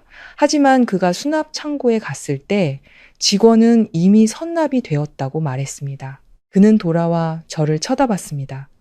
지연 씨가 한 거죠? 저는 피하지 않았습니다. 네. 그는 몇 초간 말이 없었습니다. 제가 말했잖아요. 지연 씨에게 신세지고 싶지 않다고. 제 말 좀 들어봐요. 제가 그의 말을 끊었습니다. 당신이 능력이 없어서가 아니에요. 어머님은 당신의 어머니니까. 그래서 한 거예요. 그는 고마움과 당혹감이 뒤섞인 눈으로 저를 바라봤습니다. 두려워요.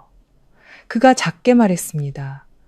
또다시 지연 씨에게 빚을 지는 게. 제가 작게 웃었습니다. 빚이라면 지난번 153만 원은 제가 빚진 걸로 해요. 민준 씨는 작게 웃었지만 그의 눈은 여전히 젖어 있었습니다. 우리 사이에 격차가 생기는 게 싫어요. 그가 말했습니다. 저도 마찬가지예요. 하지만 격차는 돈에 있는 게 아니에요. 그는 무언가 말하려는 듯 하다가 그만두었습니다. 점심때 어머니는 완전히 기운을 차리셨습니다.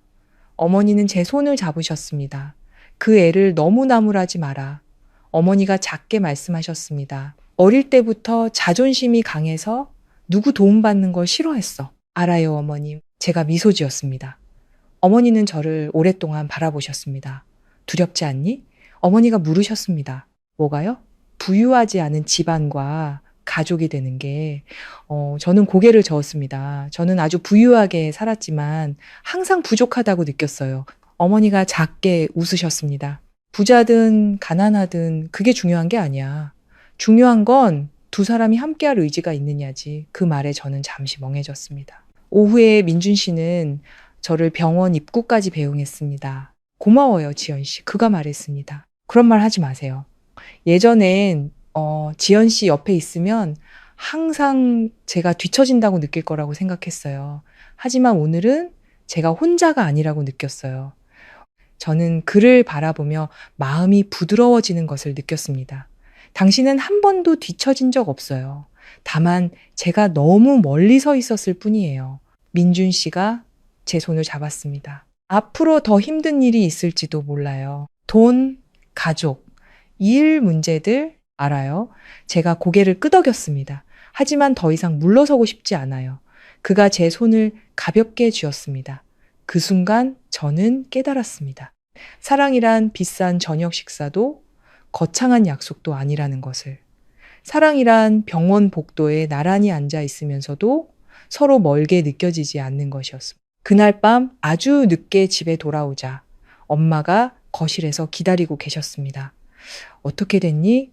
어머님, 괜찮으세요? 제가 대답했습니다. 엄마는 저를 보시더니 물으셨습니다. 후회하지 않니? 저는 잠시 생각했습니다. 네, 후회하지 않아요. 엄마가 고개를 끄덕이셨습니다. 그럼 엄마도 마음이 놓인다. 저는 방으로 올라와 침대에 누웠습니다. 민준 씨가 혼자가 아니라고 느꼈다고 말하던 순간을 떠올렸습니다. 어쩌면 저도 마찬가지였을 겁니다. 사흘 후 민준 씨의 어머니는 퇴원하셨습니다. 두 모자가 사는 작은 집은 서울 외곽. 도심에서 20km 가까이 떨어진 곳에 있었습니다. 여러 번 가보려 했지만 그날이 되어서야 비로소 낡은 철 대문 안으로 들어설 수 있었죠. 집은 크지 않았고 노란색 페인트 벽은 조금 빛이 발해 있었습니다. 앞마당에는 분꽃 화분 몇 개가 오후 햇살 아래 활짝 피어 있었죠. 차고도 자동문도 없었습니다. 그저 빨래를 널기에 충분한 작은 시멘트 마당이 전부였습니다. 민준 씨가 문을 열어주었습니다. 집이 좀 좁아요. 그가 작게 말했습니다. 저는 그를 보며 미소 지었습니다. 면적 제로 온 거 아니에요. 그가 작게 웃었지만 눈에는 여전히 약간의 어색함이 서려 있었습니다. 그의 어머니는 텐마루의 나무 의자에 앉아 계시다가 저를 보고 손을 짚고 일어서셨습니다. 또 왔구나. 네. 제가 다가가 어머니를 부축했습니다. 앉아 계세요, 어머님. 어머니는 제 머리부터 발끝까지 훑어보시더니 말씀하셨습니다. 그렇게 입고 덥지는 않니? 저는 제가 입고 있는 평범한 셔츠를 내려다봤습니다. 괜찮아요. 그날 오후 저는 민준 씨를 도와 저녁 식사를 준비했습니다. 작은 부엌, 낡은 나무 찬장, 2구짜리 가스레인지. 저는 소매를 걷고 채소를 씻고 고기를 썰었습니다. 민준 씨는 옆에 서서 칼이나 접시를 건네줄 때마다 제 손에 가볍게 닿곤 했죠. 모든 것이 너무나 소박해서 저는 완전히 다른 삶 속으로 들어온 것 같은 느낌이 들었습니다. 이상하게 느껴지진 않아요?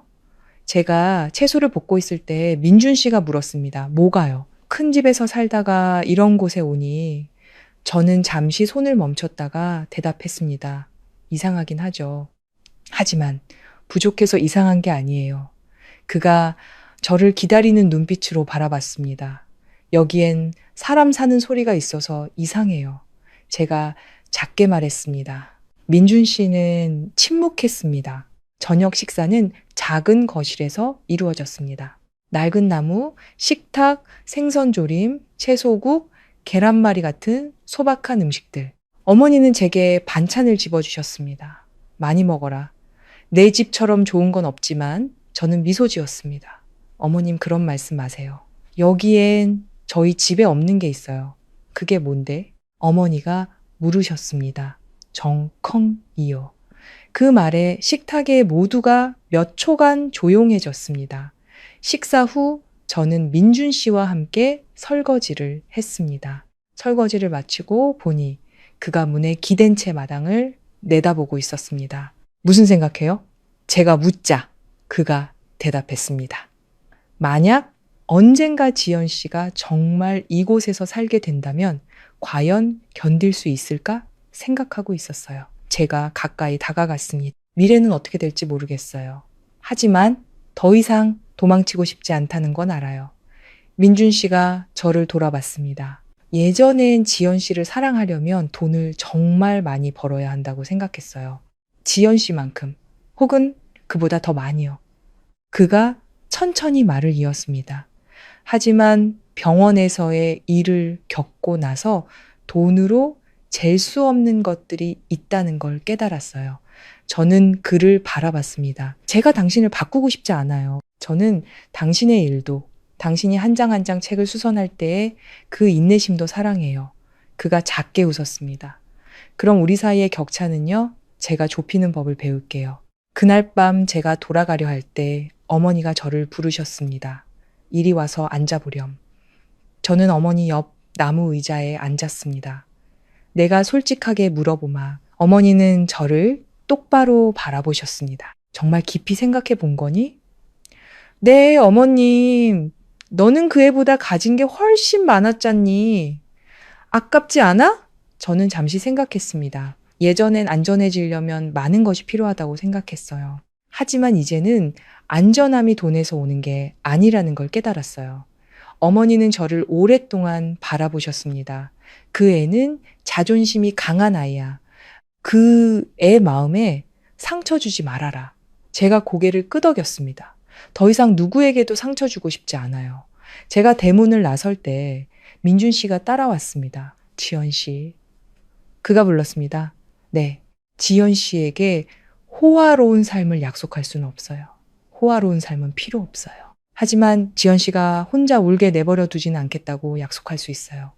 그 말에 제 심장이 떨렸습니다. 저는 화려한 크리스탈 조명 아래 텅 빈 대저택에서 홀로 앉아 내가 무엇이 부족한 걸까 자문하던 수많은 밤들을 떠올렸습니다. 어쩌면 저는 제게 그 말을 해줄 한 사람이 부족했던 것일지도 모릅니다. 돌아오는 길에 저는 음악을 켜지 않았습니다. 저는 앞마당에 붕꽃이 핀 작은 집을 생각했습니다.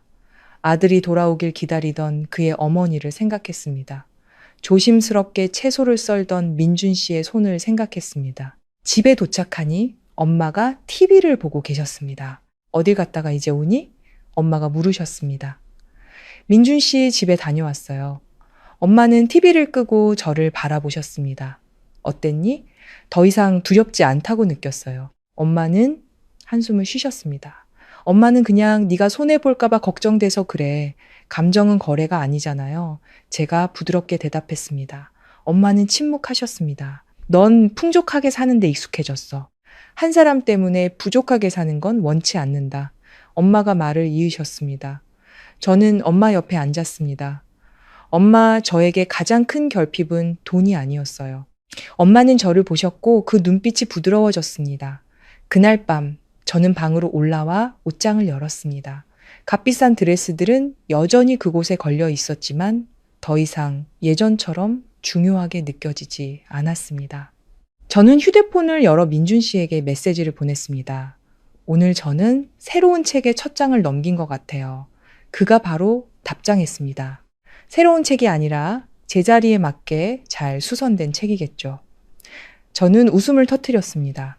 어쩌면 제 여정은 아직 끝나지 않았을지도 모릅니다. 두 가족 간의 격차는 여전히 존재하고 생활 습관과 방식의 차이도 시간이 지나면서 드러나겠죠. 하지만 저는 더 이상 누군가를 시험하기 위해 돈을 사용하지 않을 거라는 걸 알았습니다. 저는 성숙하게 사랑하는 법을 배우고 있었습니다. 민준 씨 집에 다녀온 후 모든 것이 안정적인 궤도에 오르는 듯 했습니다. 저는 계획대로 지점 한 곳을 더 정리하고 가장 효율적으로 운영되는 곳들만 남겼습니다. 제 시간은 예전처럼 팽팽하지 않았습니다. 저녁에는 도서관에 앉아 있거나 그의 집 근처 호수공원을 함께 산책할 여유도 생겼죠. 하지만 가장 큰 시련은 돈이 아니라 가족에게 있었습니다. 어느 주말 저녁 엄마가 저를 거실로 부르셨습니다. 아빠도 이미 심각한 표정으로 앉아 계셨죠. 지연아, 앉아라. 아빠가 말씀하셨습니다. 무슨 일이 있을 거라는 걸 직감했죠. 엄마는 찻잔을 내려놓으시며 느리지만 분명한 목소리로 말씀하셨습니다. 요즘 민준 씨 집에 자주 드나든다고 들었다. 네, 정말 진지하게 생각하는 거니? 엄마가 단도직입적으로 물으셨습니다. 저는 부모님을 바라보며 이상하게 마음이 평온해지는 것을 느꼈습니다. 네, 아빠가 미간을 찌푸리셨습니다.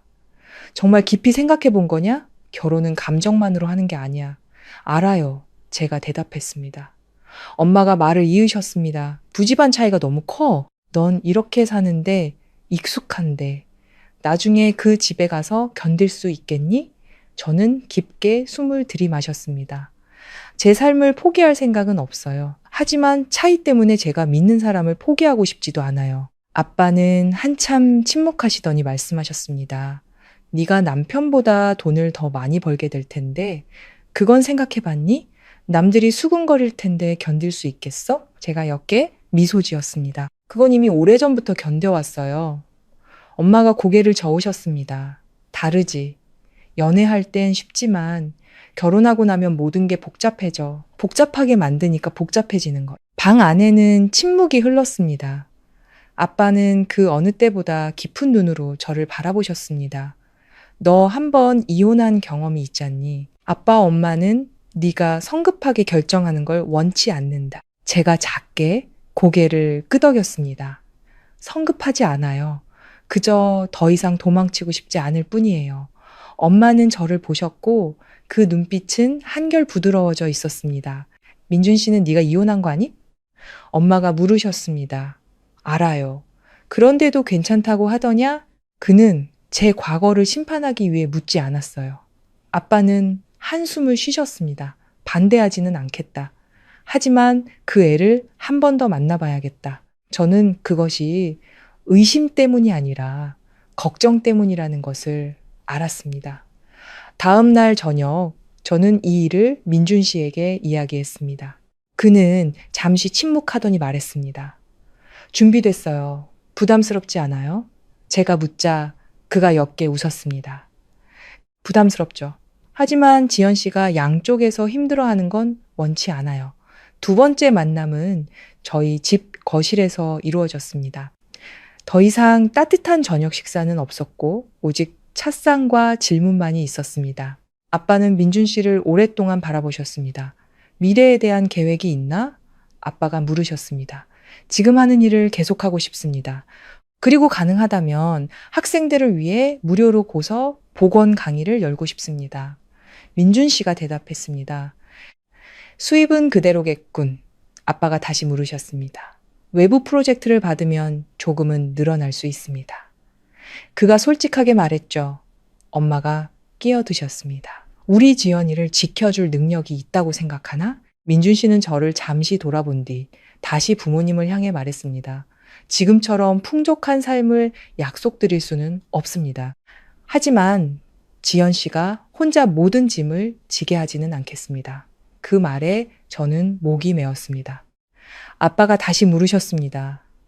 만약 나중에 우리 딸이 다시 사업을 확장하고 싶어 한다면 자네는 지지할 건가? 네, 민준 씨는 망설임 없이 대답했습니다. 저는 지연 씨가 저 때문에 자신의 꿈을 줄이는 것을 원치 않습니다. 엄마는 그를 보셨고 그 눈빛은 조금 부드러워져 있었습니다. 대화는 1시간 넘게 이어졌습니다. 논쟁은 없었지만 모든 질문은 무거웠습니다. 민준 씨가 돌아갈 때 저는 그를 대문까지 배웅했습니다. 힘들지 않았어요? 제가 묻자 그가 웃었습니다. 힘들진 않았어요. 그냥 시험 보는 기분이었죠. 죄송해요. 사과하지 마세요. 제가 지연 씨 부모님이라도 그렇게 했을 겁니다. 저는 그를 바라보며 미안함과 고마움이 뒤섞인 감정을 느꼈습니다. 그가 떠난 후 엄마가 저를 부르셨습니다. 어떠니 그는 피하지 않았어요. 엄마는 잠시 침묵하시더니 말씀하셨습니다. 아직 완전히 마음이 놓이지는 않는다. 하지만 진심이라는 건 느껴지더구나. 저는 미소 지었습니다. 아빠가 작게 덧붙이셨습니다. 결혼은 두 집안의 일이야. 네가 결정했다면 막지는 않겠다. 하지만 네 선택에 책임을 져야 한다. 알아요. 저는 고개를 끄덕였습니다. 그날 밤 저는 방 창가에 앉아 도시를 내려다봤습니다. 불빛은 여전히 밝았고 차들은 여전히 달리고 있었습니다.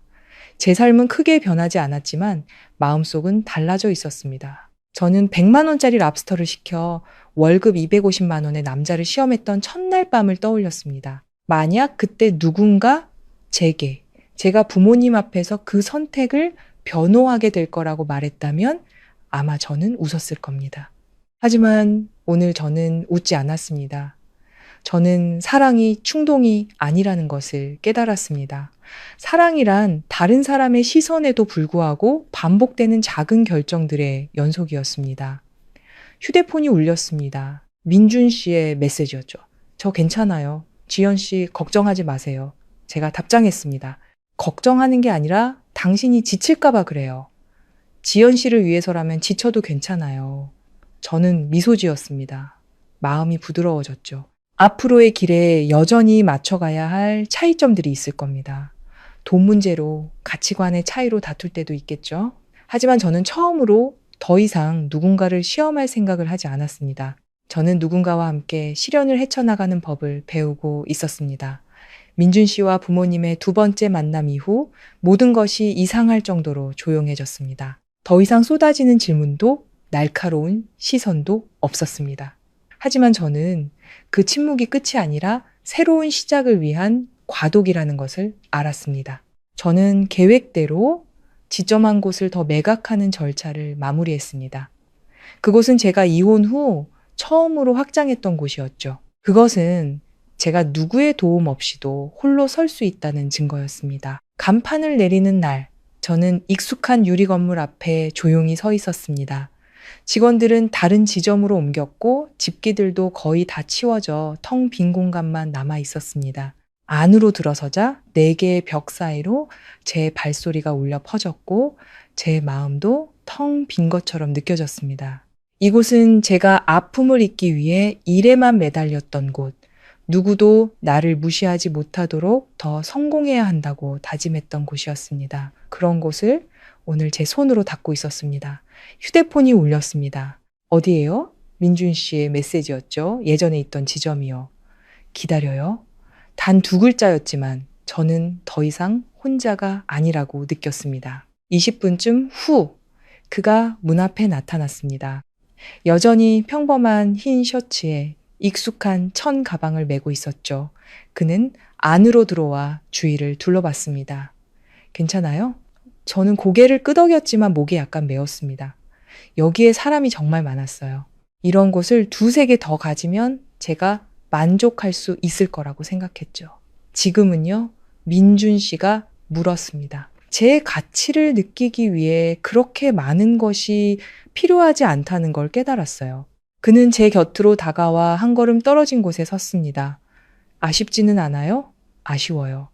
제가 솔직하게 말했습니다. 돈이 아쉬운 게 아니라 도망치듯 살아온 제 지난 세월이 아쉬워요. 남준 씨는 침묵하더니 작게 말했습니다. 누구나 도망칠 때가 있어요. 중요한 건 멈출 줄 아는 거죠. 저는 그를 바라보며 그날 고급 레스토랑에서 저를 얼어붙게 만들었던 첫마디를 떠올렸습니다. 돈으로 감정을 측정하려는 사람과는 더 이상 만나고 싶지 않군요. 만약 그날 그가 그렇게 솔직하지 않았다면 어쩌면 저는 여전히 도망치고 있었을지도 모릅니다.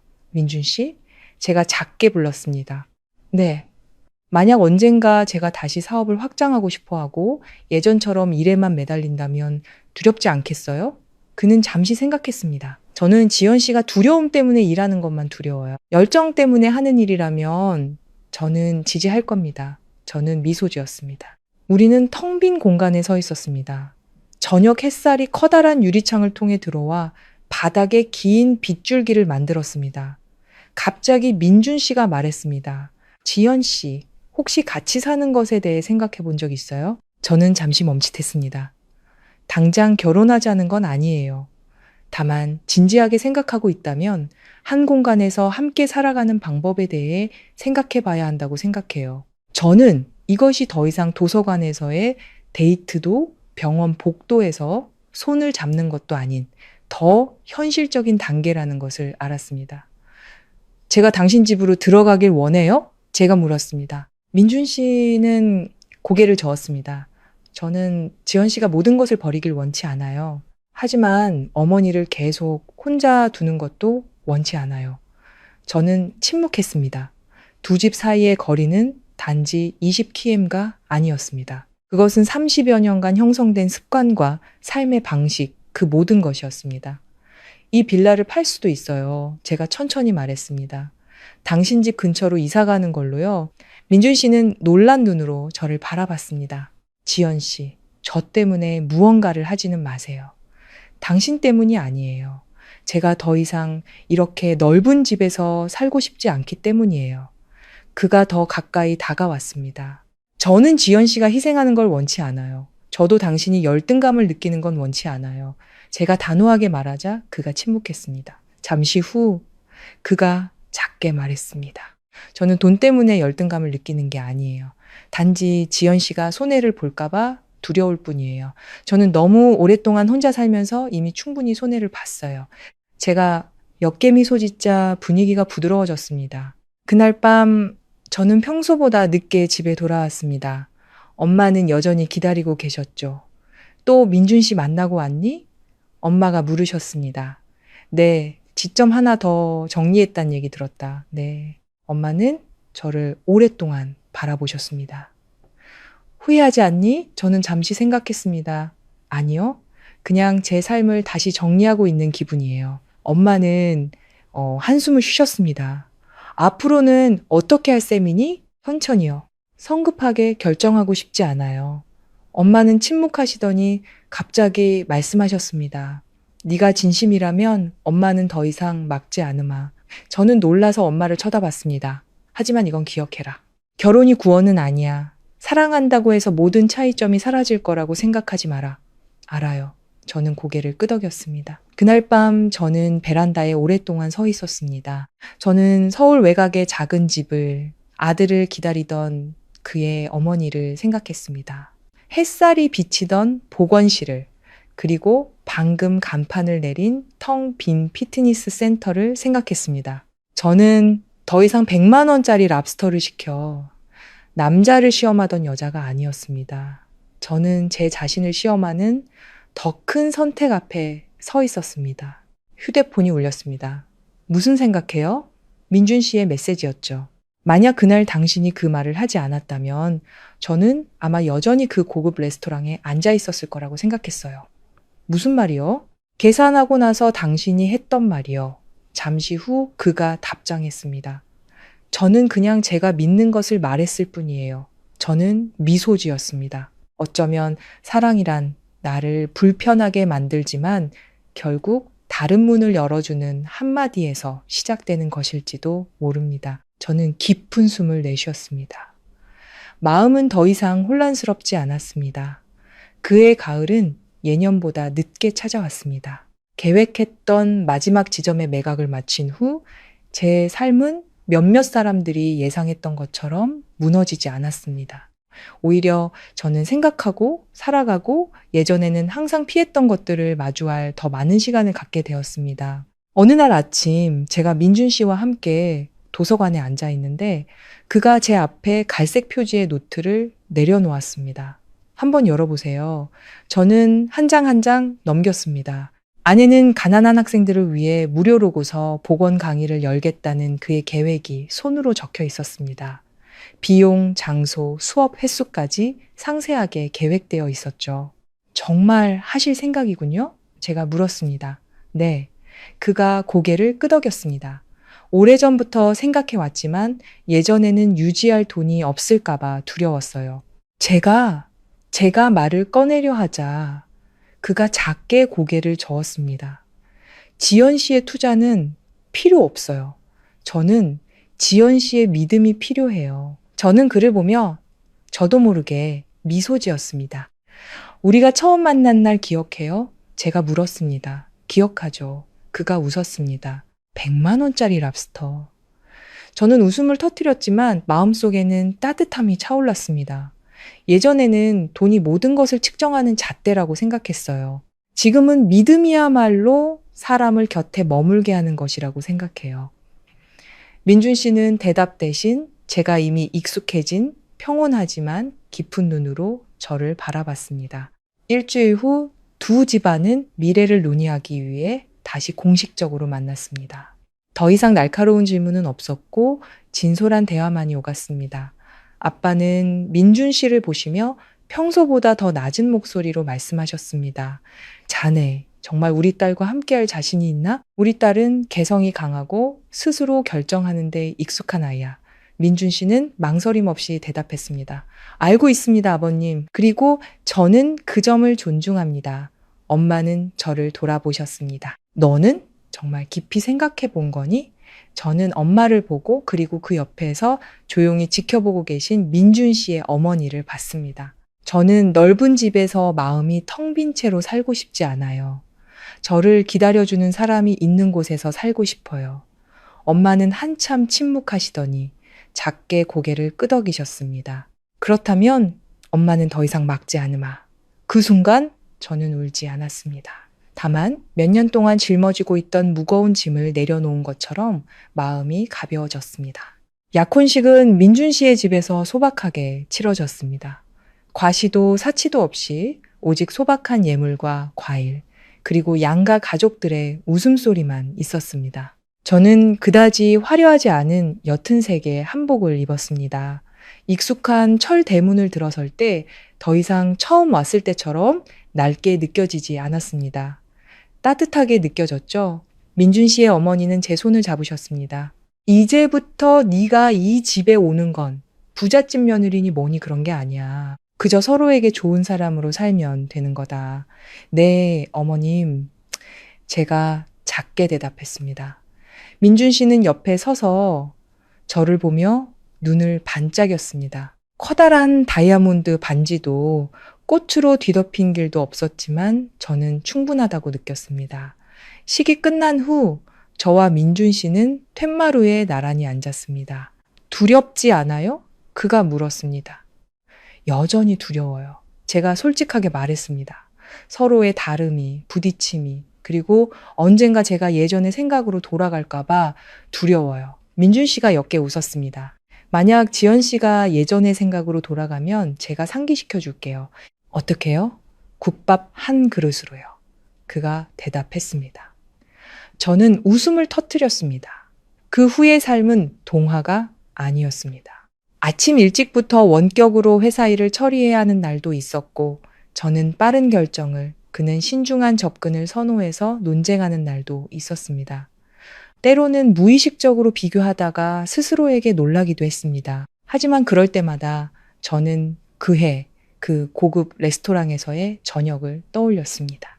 계산서에 서명하던 그의 떨리던 손, 그리고 저를 그 자리에 얼어붙게 만들었던 그 말을. 돈으로 감정을 측정하려는 사람과는 더 이상 만나고 싶지 않군요. 만약 그날 그가 침묵했다면 어쩌면 저는 평생 돈으로 사람의 마음을 시험하는 여자로 남았을지도 모릅니다. 이제 저는 더 이상 누구도 시험하지 않습니다.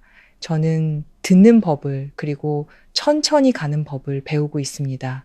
어느 날 오후 민준 씨의 첫 고서 복원 강의가 열렸을 때 저는 강의실 뒤편에 서서 그가 젊은 학생들에게 강의하는 모습을 지켜봤습니다. 햇살이 창문을 통해 들어와 낡은 종이 위를 비추고 있었죠. 그는 부자는 아니었지만 자기 자신으로 살고 있었습니다.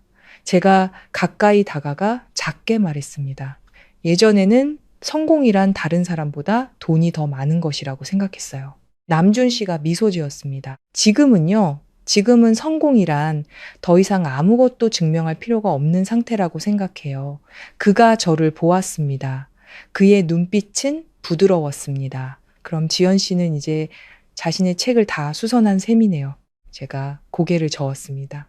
아직 다는 아니지만 이제 수선하는 법은 알아요. 그날 저녁 저는 더 이상 그의 집이나 내 집이 아닌 그냥 우리 집으로 돌아왔습니다. 어머니는 툇마루에 앉아 채소를 다듬고 계셨습니다. 제가 다가가 옆에 앉았습니다. 제가 도와드릴게요, 엄마. 어머니는 온화하게 웃으셨습니다. 그 순간 저는 아주 단순한 진리를 깨달았습니다. 부유함이나 가난함이 행복을 결정하는 것이 아니라 우리가 서로를 어떻게 대하는지가 행복을 결정한다는 것을요.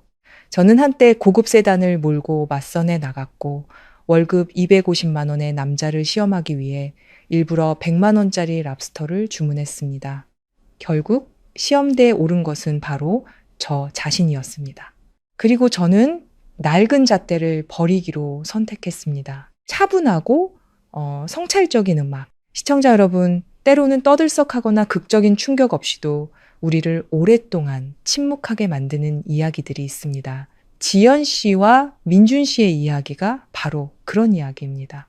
돈을 안전의 잣대로 삼았던 한 여자, 월급 250만 원이지만 값을 매길 수 없는 자존심을 가진 한 남자, 그리고 100만 원짜리 랍스터 한 마리가 두 사람의 인생을 바꿔놓는 전환점이 되었습니다. 제가 가장 많이 생각하게 된 부분은 부와 가난의 문제가 아니라 측정의 문제입니다. 우리는 모든 것을 숫자로 환산할 수 있는 시대에 살고 있습니다. 연봉이 얼마인지, 재산이 얼마인지, 사회적 지위가 어떤지, 심지어 사랑조차도 많은 사람들이 무의식적으로 저울 위에 올려놓습니다. 당신은 어떤 사람이죠? 라고 묻는 대신 당신은 내게 어떤 삶을 줄 수 있죠? 라고 묻습니다. 지연 씨가 처음부터 틀렸던 것은 아닙니다. 실패한 결혼과 이용당한 상처 끝에 돈으로 방어벽을 쌓는 것은 어쩌면 당연한 일이었을지도 모릅니다. 하지만 그 방어벽의 대가는 무엇이었을까요? 외로움, 의심, 그리고 모든 관계를 시험으로 시작해야만 하는 피로감이었습니다. 반면 민준 씨는 돈은 부족했지만 아주 희귀한 것을 가진 부자였습니다. 바로 평온함이 깃든 자존심이었죠. 그는 153만 원을 계산한 것이 자신을 과시하기 위해서가 아니라 약속을 지키기 위해서였습니다. 그리고 자신이 돈으로 측정되고 있다는 것을 깨달았을 때 미련 없이 떠날 줄 아는 용기가 있었습니다. 저는 이 자리를 빌려 젊은 시청자분들께 말씀드리고 싶습니다. 사랑은 재산 경쟁이 아닙니다. 만약 여러분이 시험으로 관계를 시작한다면 최후의 패자는 바로 여러분 자신이 될지도 모릅니다. 지연 씨처럼 상처받은 경험이 있는 여성분들께 강해져야만 했던 그 마음을 이해합니다. 하지만 강인함이 항상 모든 것을 통제하는 것을 의미하지는 않습니다. 때로는 손에 든 방패를 내려놓는 것이 가장 큰 용기일 수 있습니다.